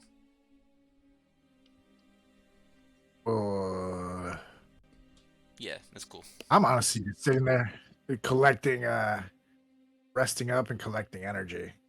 Because I've been damaged a lot these days. Indeed. Hang on. Fang, anything that you're doing? Just sitting up on the balcony? Yep, just waiting on Larnin. Alright. You guys see Lauren really like kind of feverishly writing now. The lines seem like they're bleeding together with each stanza that he writes, and just trying to get down as much as he can as quickly as he can. About 5 minutes goes by. How long does it take to do the ritual? 10 minutes? 10 minutes. Yeah, about 5 minutes goes by as he's feverishly writing this, and Sorek, just trying to get a little bit of rest in him, and Fang just sitting about and waiting patiently. Fang, as you stand up here with him, you hear these whispers begin to grow and call to you. Swim deep, my friend. If you want to meet me, swim deep.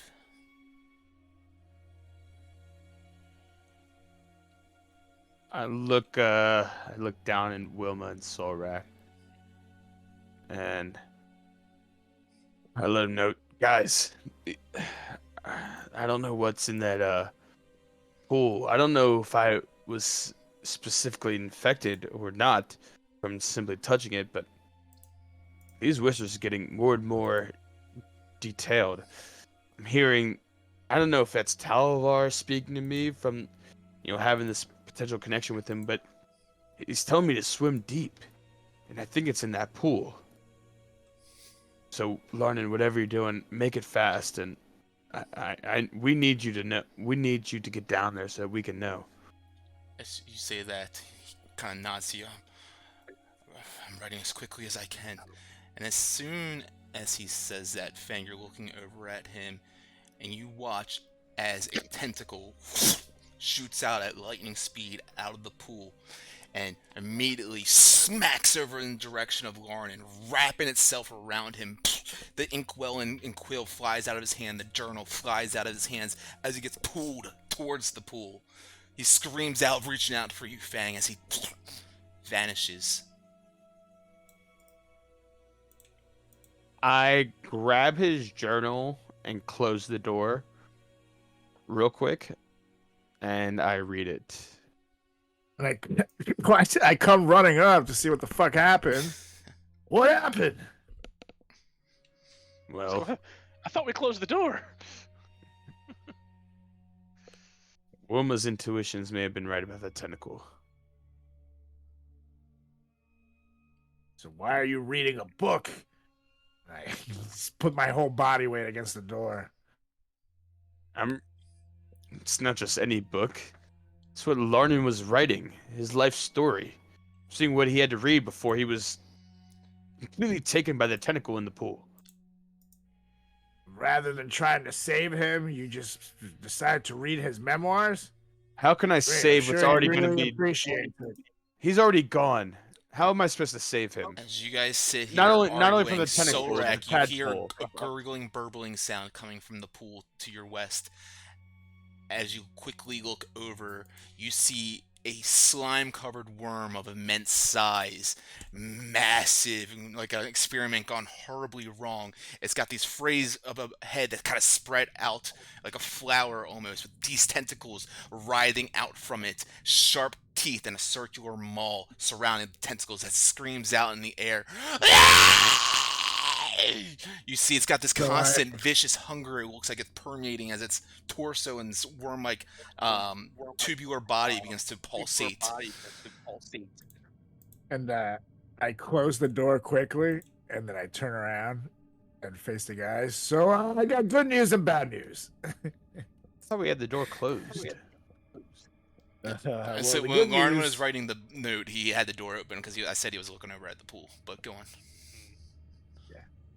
The good news, I don't think Learning suffered too much. So, got that going for him. Good news, I pop the door open again and I step aside so they can see the creature shrilling. So why do we keep opening the door? It's like waving in I the shut air it now, again. its tentacles reaching out. And then Solrak, as you open up the door, one of the tentacles shoots out at you. That's a 27 to hit. Oh, what a dick. Fine. Hits me with this tentacle. Fine.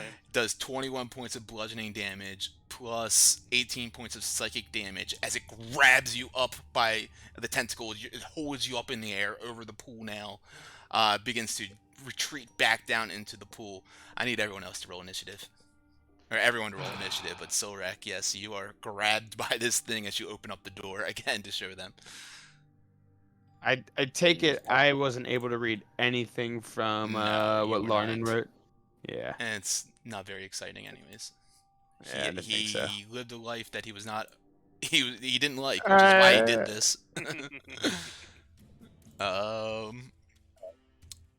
Why he gave himself up to the cause.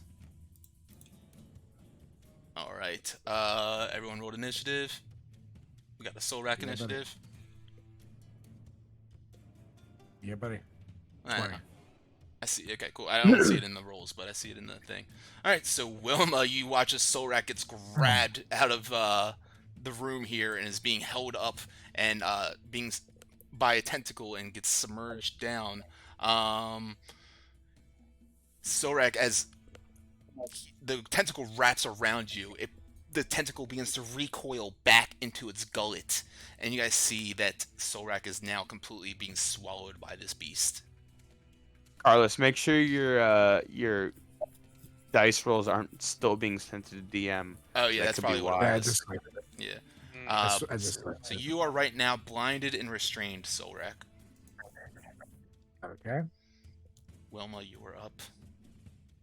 So Solrak is getting eaten, and he just got hammered. Eat my butt. How far away are they? So he's like going into the gullet. So 5. Yeah, he's like in the mouth right now. Nice. Kinky.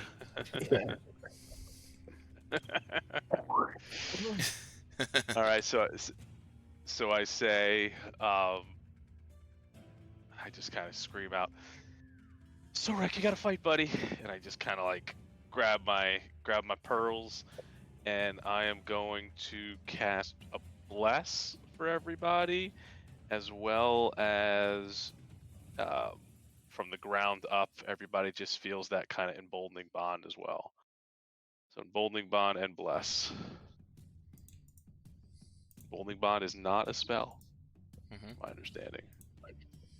And What does that then, do? so basically, blessed, you can roll a d4 on every non-damage roll. And enabling bond, you can roll another d4 one time per turn. But Boning Bond is an action to do. Yes, but bless is a bonus action through my pearls. Gotcha. Right? Yeah. So I do that, and then I poop myself right back over here, and yeah, you've got plenty of space. Okay, and that's it.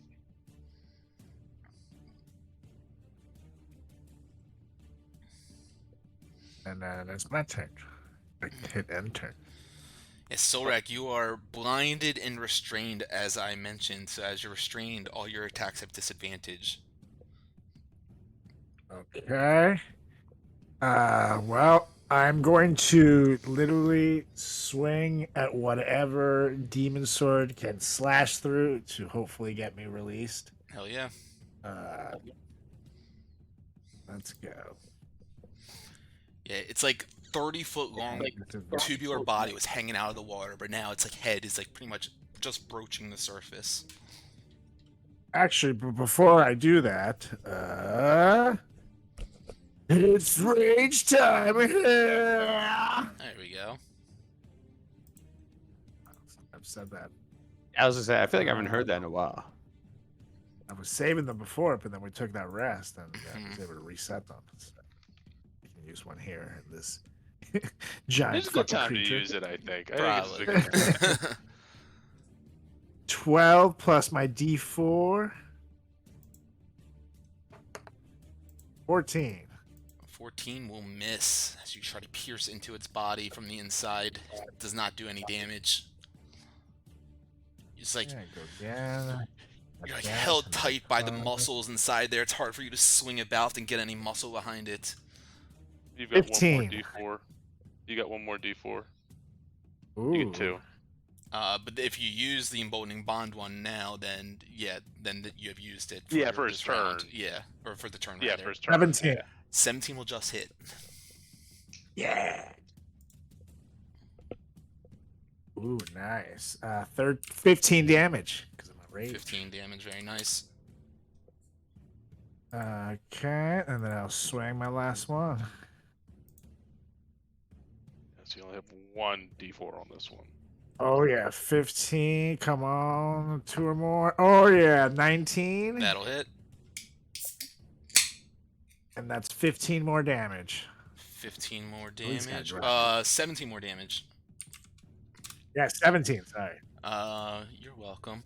Alright, so as you stab into it a few times, Solrak, from the inside, you feel its muscles begin to pulse and contract and push out and squeeze and then release. Squeeze and release. You feel as though something is happening to its body.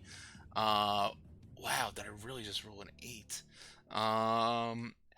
Solrak, you stab into it a few times and then all of a sudden you feel this gush of liquid and thick substances, maybe some bones, push up from behind you as you get regurgitated out from him, thrown out 10 feet away from him.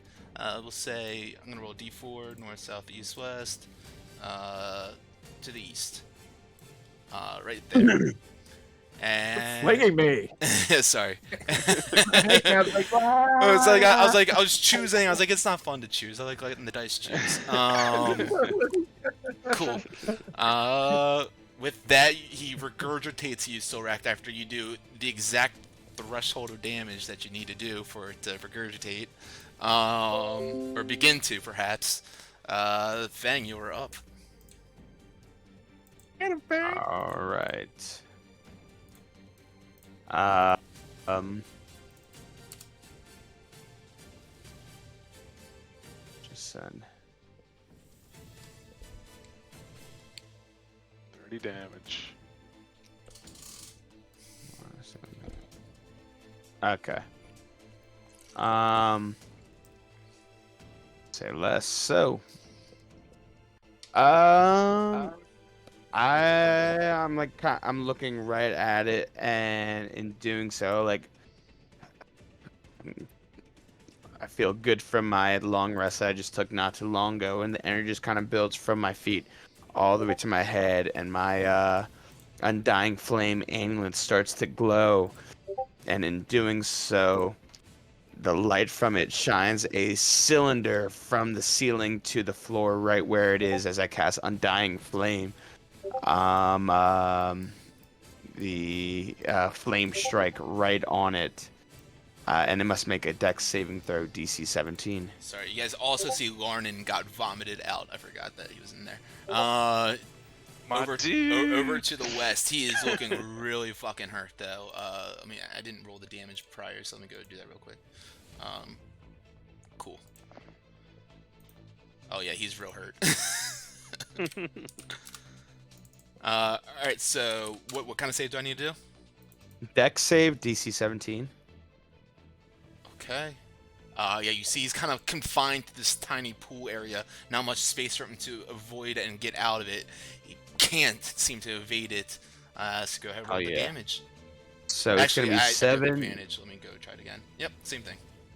All right, so it's gonna be 7d6 fire damage and then 7d6 radiant damage. And how big is this again? Because It's a range is 60 feet, and it's a 10-foot in diameter Okay, cool. cylinder. I was just making sure it doesn't hit Silrak and Larnin too, but yeah, that's fine. So here's the first 7d6. Boom. 23. Nice. And then here's the second round of it. 28. So 51 total. Nice. As go describe how that looks. Yeah, so again, my undying flame amulet, just like you see me just kind of standing there, I guess just, veins bulging, almost sweating, pouring all my energy into this. My eyes kind of roll backwards as I really channel all the energy into harnessing the energy from me into this undying flame amulet. And out from the amulet just spews this large cylindrical like explosion right from the ceiling down to the floor, going like right through this being.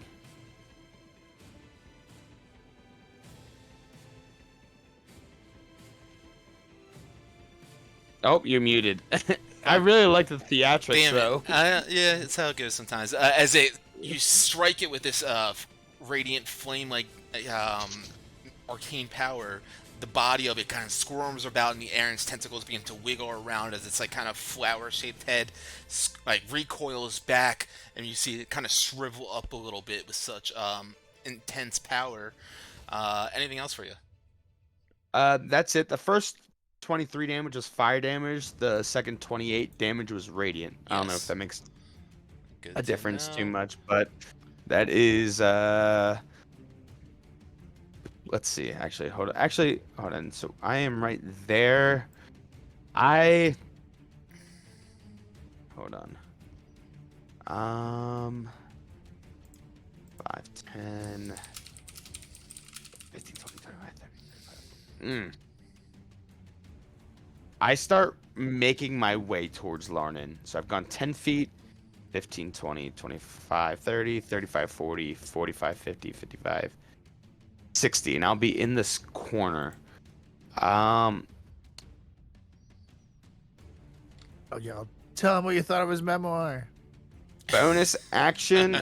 I'm going to spend a key point and take the dodge action.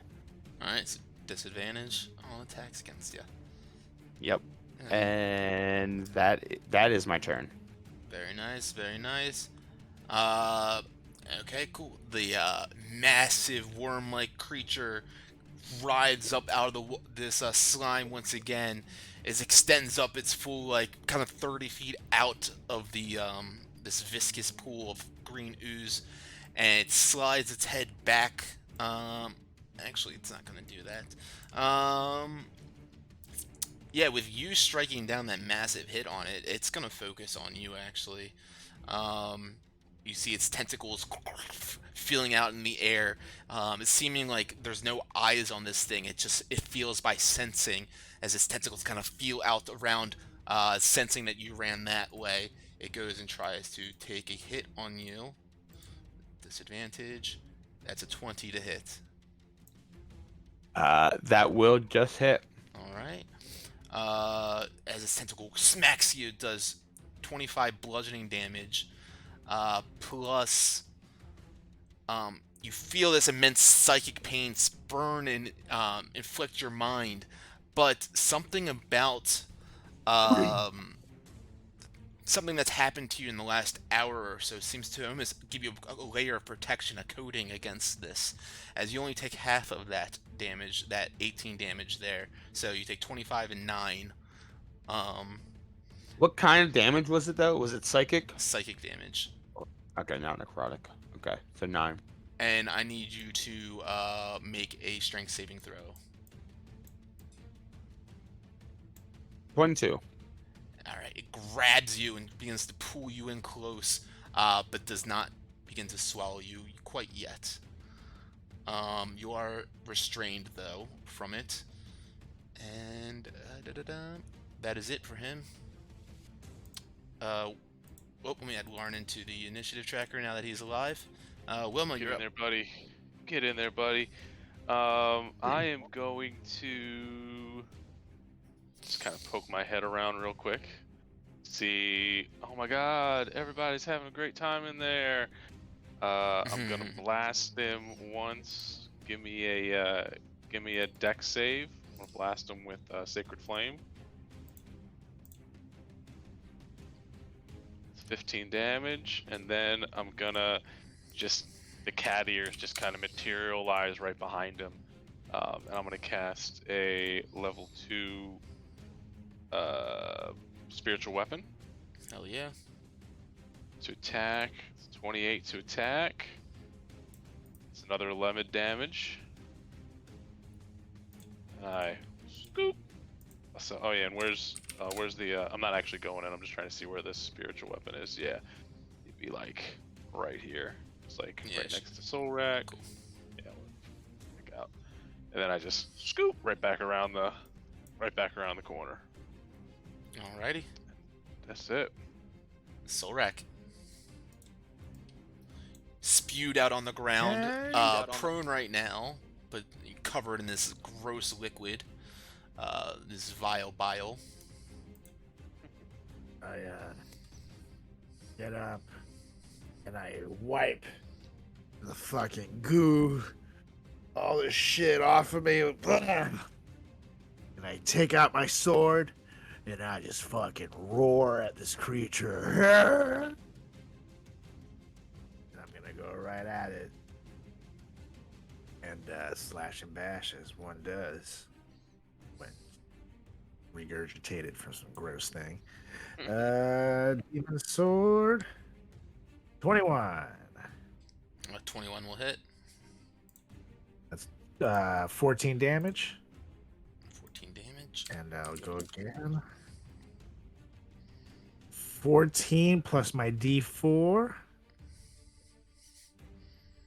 So that's 15. I'll use it again. Yeah. Yeah. Come on. 16. God damn it. What That's are the odds of bullshit. that? That is bullshit. I think it's like 10%. That's right. It's a rhetorical question. Cool, man. My D4. God damn it. 16. And I'll go with a Dawnbringer shot now. There we go. that'll hit. 22. Thank you. And that's 13 damage. 13 damage.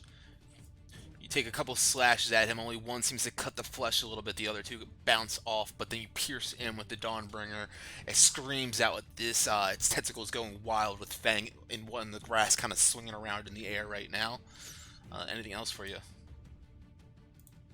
That will be it. Okay. Larnin is up now then. Whew. Let's see. You see Larnin pulls out a dagger from the side of his hip. It's kind of like a swiggly, kind of curved blade. And you see he taps it up to his forehead and kind of closes his eyes and focuses for a moment, excuse me, as he runs up to the edge of this lip of the pool, jumps onto it, and tries to stab into this beast.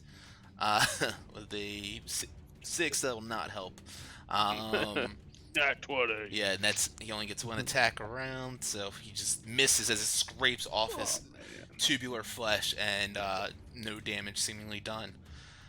Fang, you are up. You are restrained right now, so your attacks have disadvantage.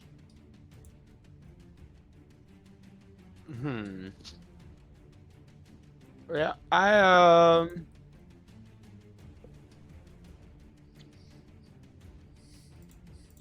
as I'm just kind of like trying to squiggle out, I just yell out, "Drop me!" As that's a command, so he has to make a Wisdom save, DC 17. Okay. With the command spell, let's see. I would say that I don't want you to waste anything right now. He doesn't seem like he's one to understand language. I was kind of concerned about that, so okay. I don't know if I'm allowed to ask this then. So, any Wisdom kind of bearing spell, would that affect him at all, or is it just simply something like the command spell with where command, he they has have to understand what your command is, and if you can't understand the language, then that's not going to happen. Even though I can speak any language that's heard. But he doesn't. Like, there's no language that he speaks or anything like that. There's no communication coming from this thing outside of screams and guttural roars. Got it. Okay. All right. I will take that spell slot back. Can I use Toll the Dead then? Sure. All right, then I'll use Toll the Dead. So he has to make the same Wisdom save. Okay, that's a 26. Ah, man, wise guy. I just kind of spit on his tongue, and then I end my turn. Ooh, kinky. All right. Let's see. With Fang in its grasp, it begins to try to pull you in, Fang. As you make your way to the portal of its mouth hole, I need you to make a strength saving throw. Portal of mouth hole. Mm-hmm. I just want to fail it then. Thanks, Well, lonely. I think I did just fail it. You certainly Wait, did. you can add a D4. You failed it, as tentacle just begins to pull you into its mouth, and you are swallowed by this creature, being blinded and restrained and swimming around all this disgusting fluids and feeling its muscles contract and push against your skin. All right, so with that, Can you add a D4 to that? yeah, but he would have failed regardless. Oh, sorry. Yeah. So he I've been there. swims back with Fang inside its gullet and extends out from its body still hanging into the depths of the pool, but its head and everything kind of extends out this way. Sorak and Larnin, with you guys where you are, you see it begins to swallow Fang down, and you can start to smell like that acrid smell I mentioned when you guys begin to walk in here. It begins to permeate and then expel from its mouth as you watch as this acidic breath just extends and expels from his mouth. I need you both to make dex saving throws. So that's Larnin and Solrak. Good question. With that, I can see it. So never mind. That's with advantage. But would that give me an opportunity attack since he moved out of my range? He was right in front of me before. No, he's still in your range, technically. Really? Yeah, We're From soul where wreck I'm this? Yeah, if I click his square, you can click his square, right? And see how it's still butted up against Solrak's square? Ah, yeah, I do see that. That's crazy.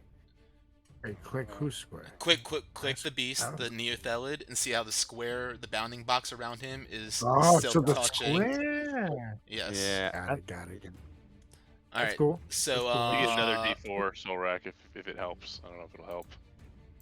I'm at 15. Do I need it so far, Nate? you do need it if you're gonna try to succeed.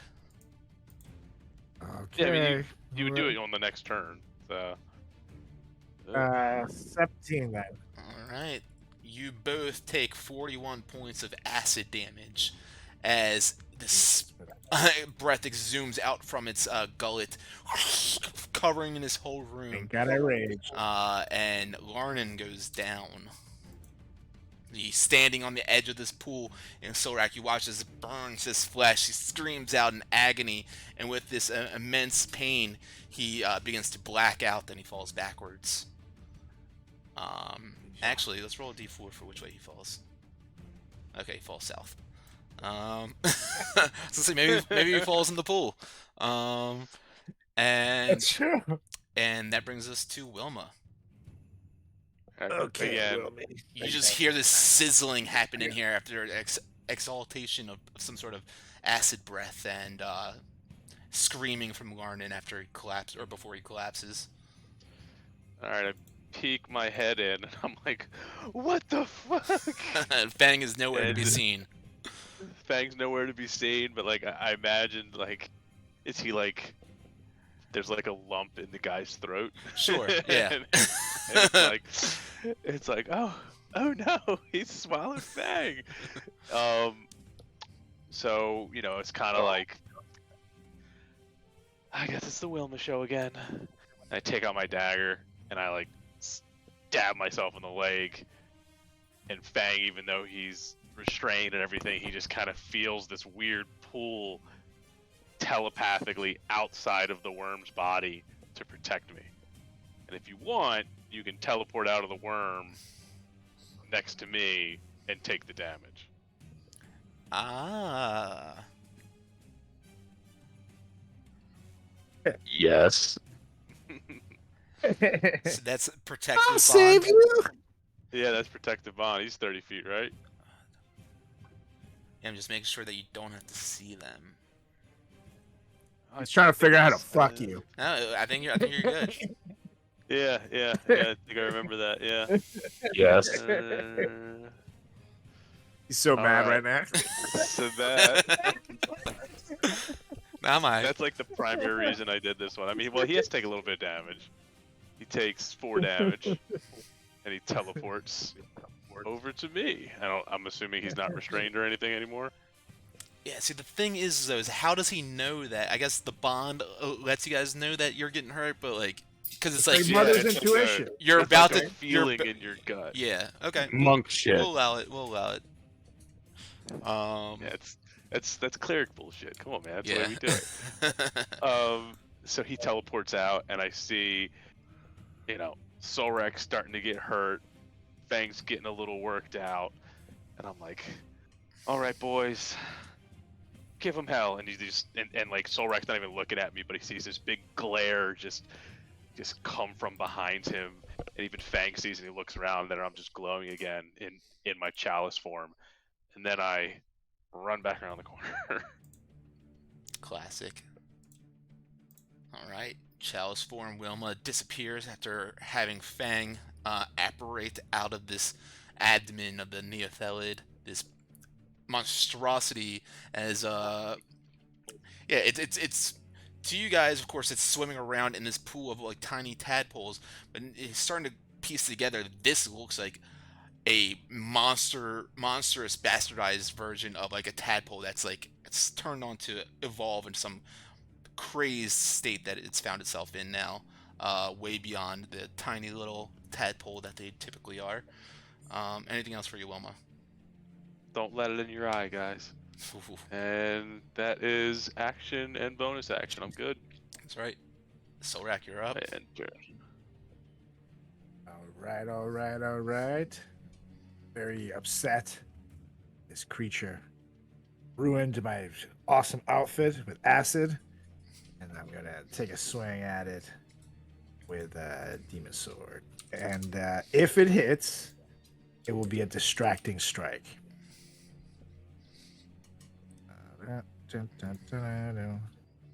26. 26 does indeed hit. So you get 14, 15 plus my. For me, it is a D10, Yes. and oh yeah, so 23 damage on that hit, and from Nice. now on, every hit, every attack until the end of this round, until my next turn, actually. Just has the next advantage on attack this thing. roll. Just the next attack roll. Yeah, but I mean for everybody else. No, just the singular next attack roll. That's not from you. Okay, so the next person. Are you sure? I thought it said Yeah, everybody else. I have Oh, this that's combat right. move. Yeah, that's how it That's works. right. Oh, and the next attack roll. Damn it, I misread that. Yeah, I'll still use it. That's fine. Okay, cool. So that's one swing. So then, yep. Swing again. 25. 25 will hit. That's 13 damage. Swing again. Oh, nat 20, motherfucker. Ooh, nice. give him the heat. Okay.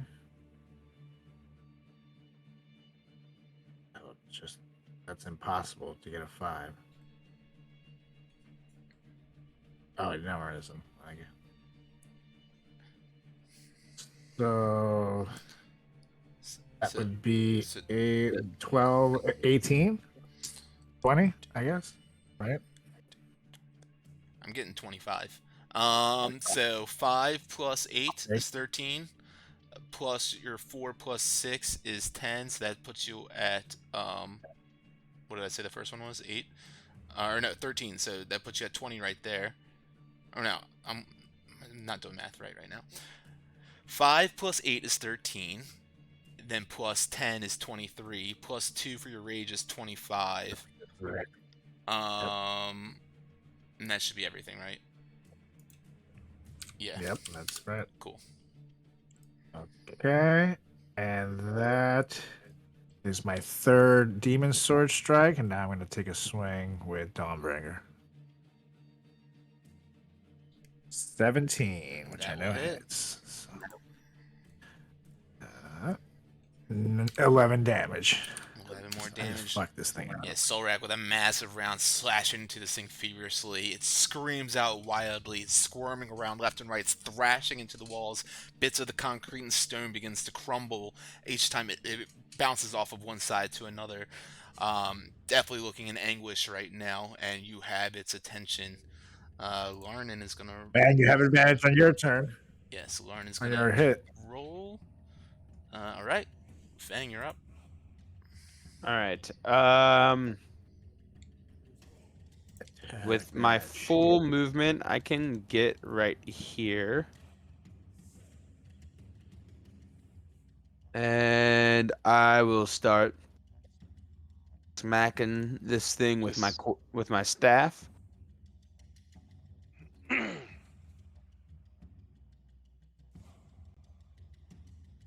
23.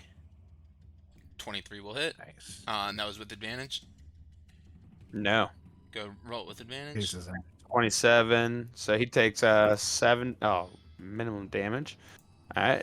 Next time 18 and 14, so 18. It was just the first attack that got the advantage. But Oh, yeah, okay. 18 hits I though. bet 18 was the first one. Mhm. Okay.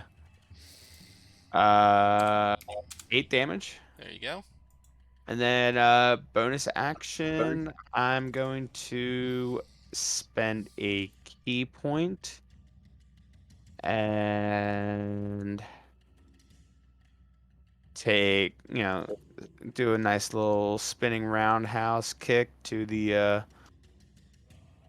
jejunum of this thing. 20. 20 will hit. Hell yeah. 6 damage. Damn, I think that was like minimal damage on like every hit. And then for my second bonus action move, I turn to Larnin and I kind of, locate his wounds that he's taken from this Neolithid, and I kind of put my hands on them and close my eyes and cast a hand of healing on him, and he will get 9 points of healing back. And then let me just double check one thing.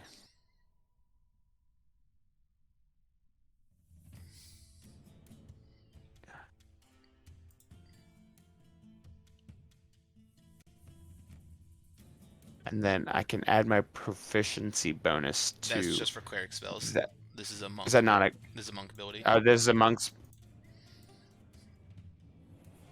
Okay. All right. So that is my turn. All right. So he gets 9 health back Yeah. and His turn. eyes begin to blink open once again. Slowly but surely, he's still laying down on the ground with a pool of this ooze around him. Neophelid, its body worms itself back center into the pool here. Not the smartest beast. It's taken a couple hits here. Let's go. High is Solrak, low is Fang. High it is. That was a D4, so 3 and 4 would have been Solrak. Its tentacles reaching out in the air for whatever it can. One of them smacks down in your direction with a 27 to hit.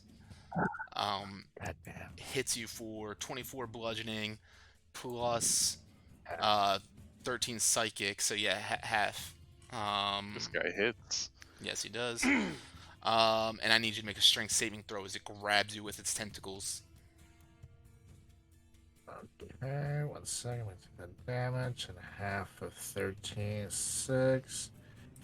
And you said strength saving? Yes. Yeah, easy 26. peasy. Yeah, he tries to pull you into its mouth hole as well, but you somehow fight that off as much as you can. And I'm going to actually roll something else real quick. Cool. And while it hits me, also, I'm gonna go ahead and ride post that bitch and attack it. Okay, go for it. Okay, come on, baby. 12. I'm gonna re-roll that with a lucky. Okay. 23. That will hit.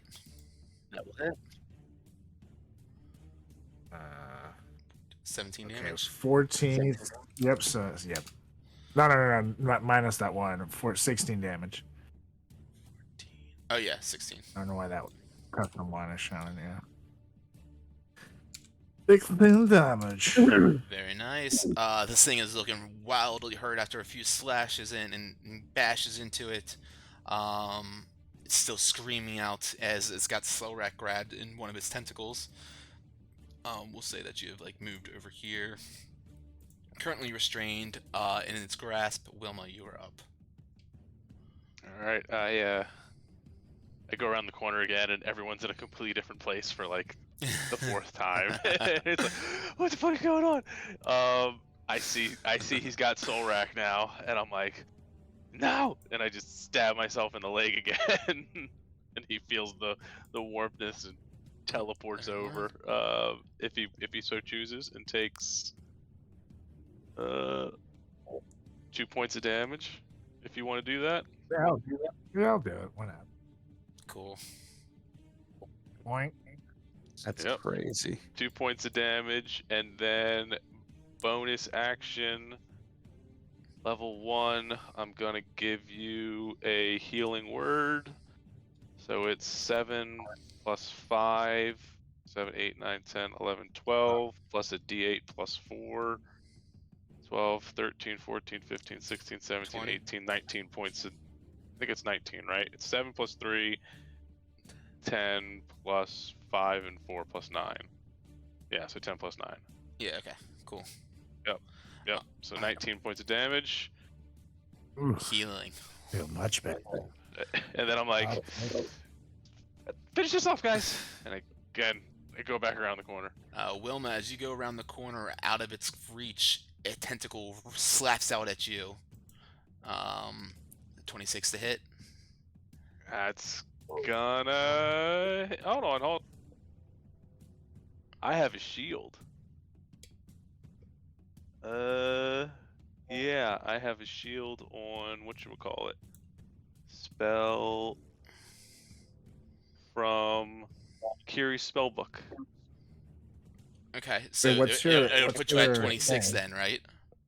It would put me... Yeah, it would put me at 26. Never mind. Yep, it's at 26. Yep, so it Okay. hits. Sure.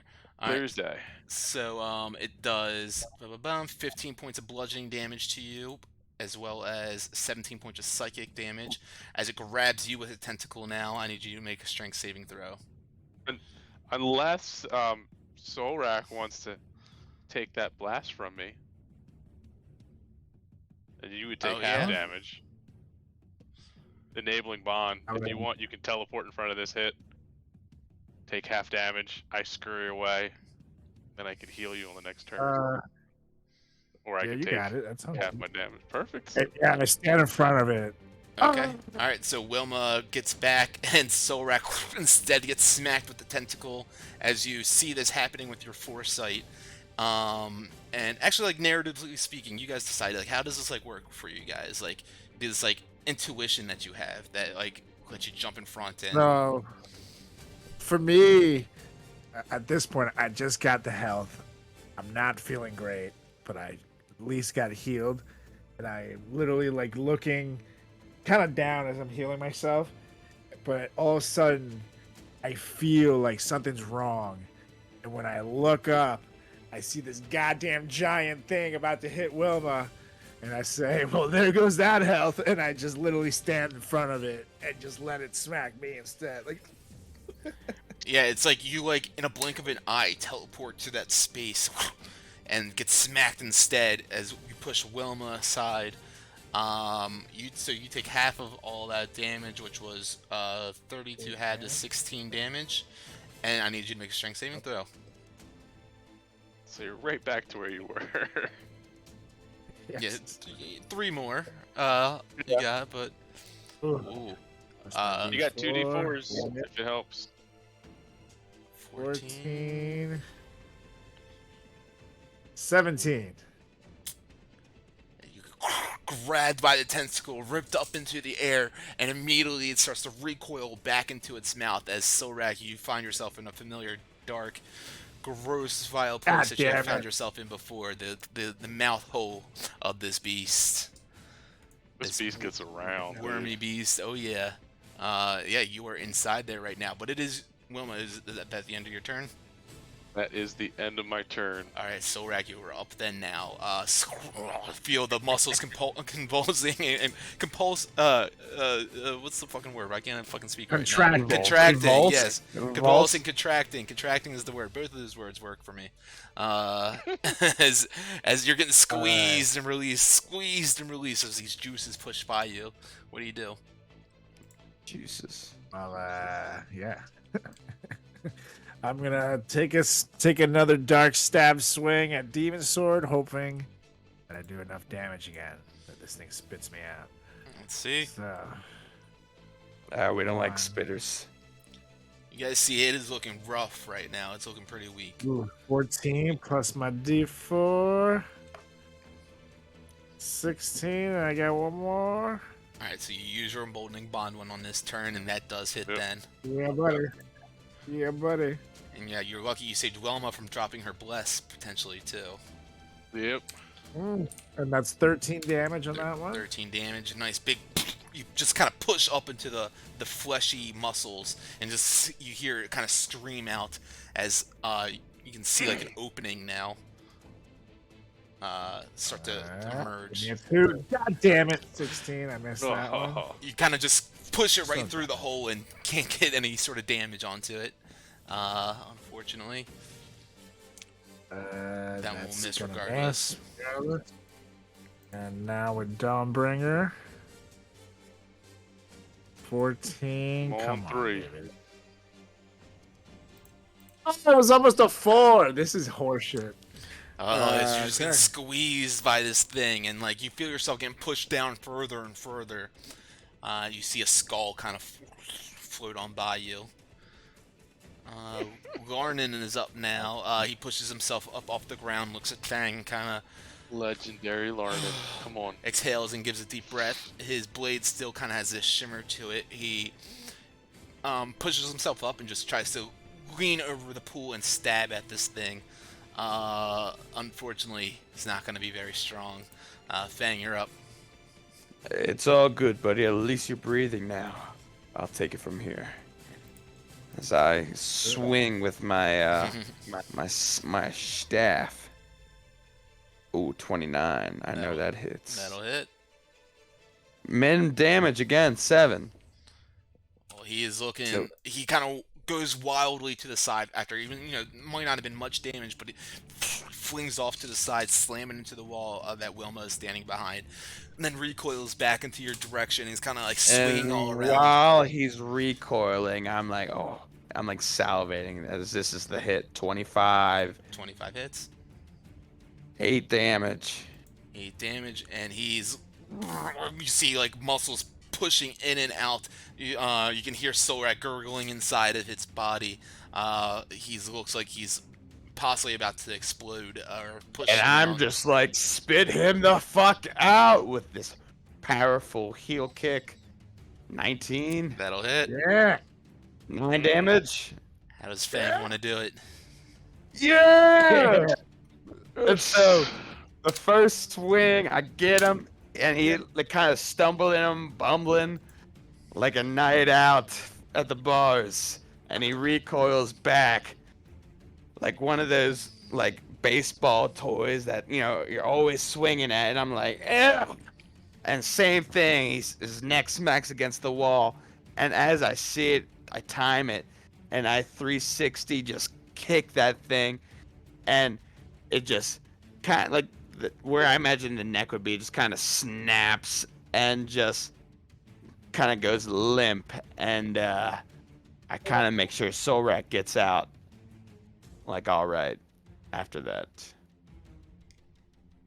As you hit him one last time, its head goes swarming all around. You watch as it's like muscles pushing up and down, like I mentioned, and eventually a pile of acid and bile explodes out of its mouth. Solrak. Don't call Solrak that. Solrak immersed and engulfed inside of that and falls onto the ground. Let's roll d4. And I slide out to from the the north. floor and I literally slide out and I'm face down, exhausted. I just lift up my head and look at everyone and go, "Hey," back down I go. And after all that, I with like my hands burning with like spells ready, I turn around the corner and I just see everything's dead, and everyone's covered in glop. And I was like, "Yeah, this is a good job, Wilma." Its body half hanging out of the pool. As you guys can see in this picture here, like if you click the picture in the game log, like look at the humanoid in the bottom left, the size of like the beast. Its body is like wormed and hanging out of the pool, like covering like most of the south and east side of this room here. This tubular, long, snake-like, worm-like body just kind of going deep down into the pool down below. And as you guys look into there, and Wilma, of course, makes her way into here, you remember Fang saying in the voices that he heard in his head that you need to dive deep and swim deep. Wilma finally has a moment to take a look down there and sees a pinprick of a glowing light hundreds of feet down. And that is where we will end tonight's game.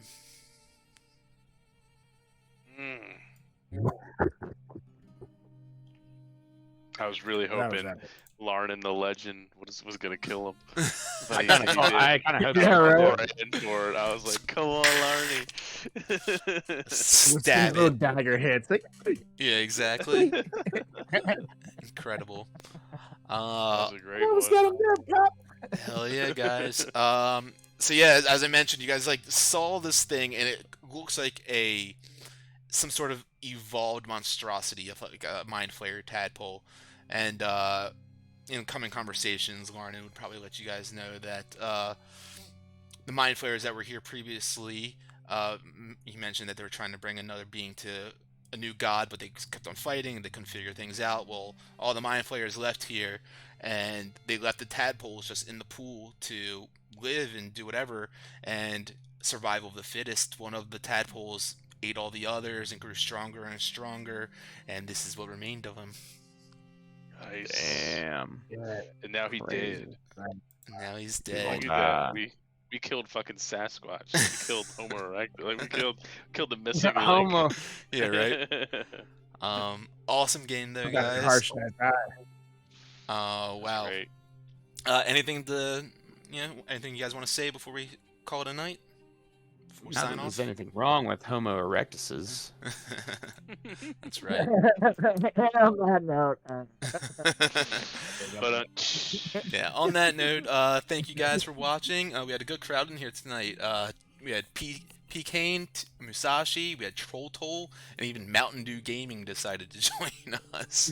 Hell yeah. we did the do, baby. So appreciated all you all for watching. Tune in next week when we get, or actually we won't be playing this upcoming Sunday, but perhaps we'll get a game in on like Wednesday or something like that this We week. love on a good short one. midweek quickie. That's right. I'm down. Afternoon delight sometimes. With that said, we'll get a nice little short rest in tonight. Look out for those goblins under the stairs, guys, and these giant fucking worms swimming in your pool. Take it easy. right? Have a good night. Later. Later night. Oh,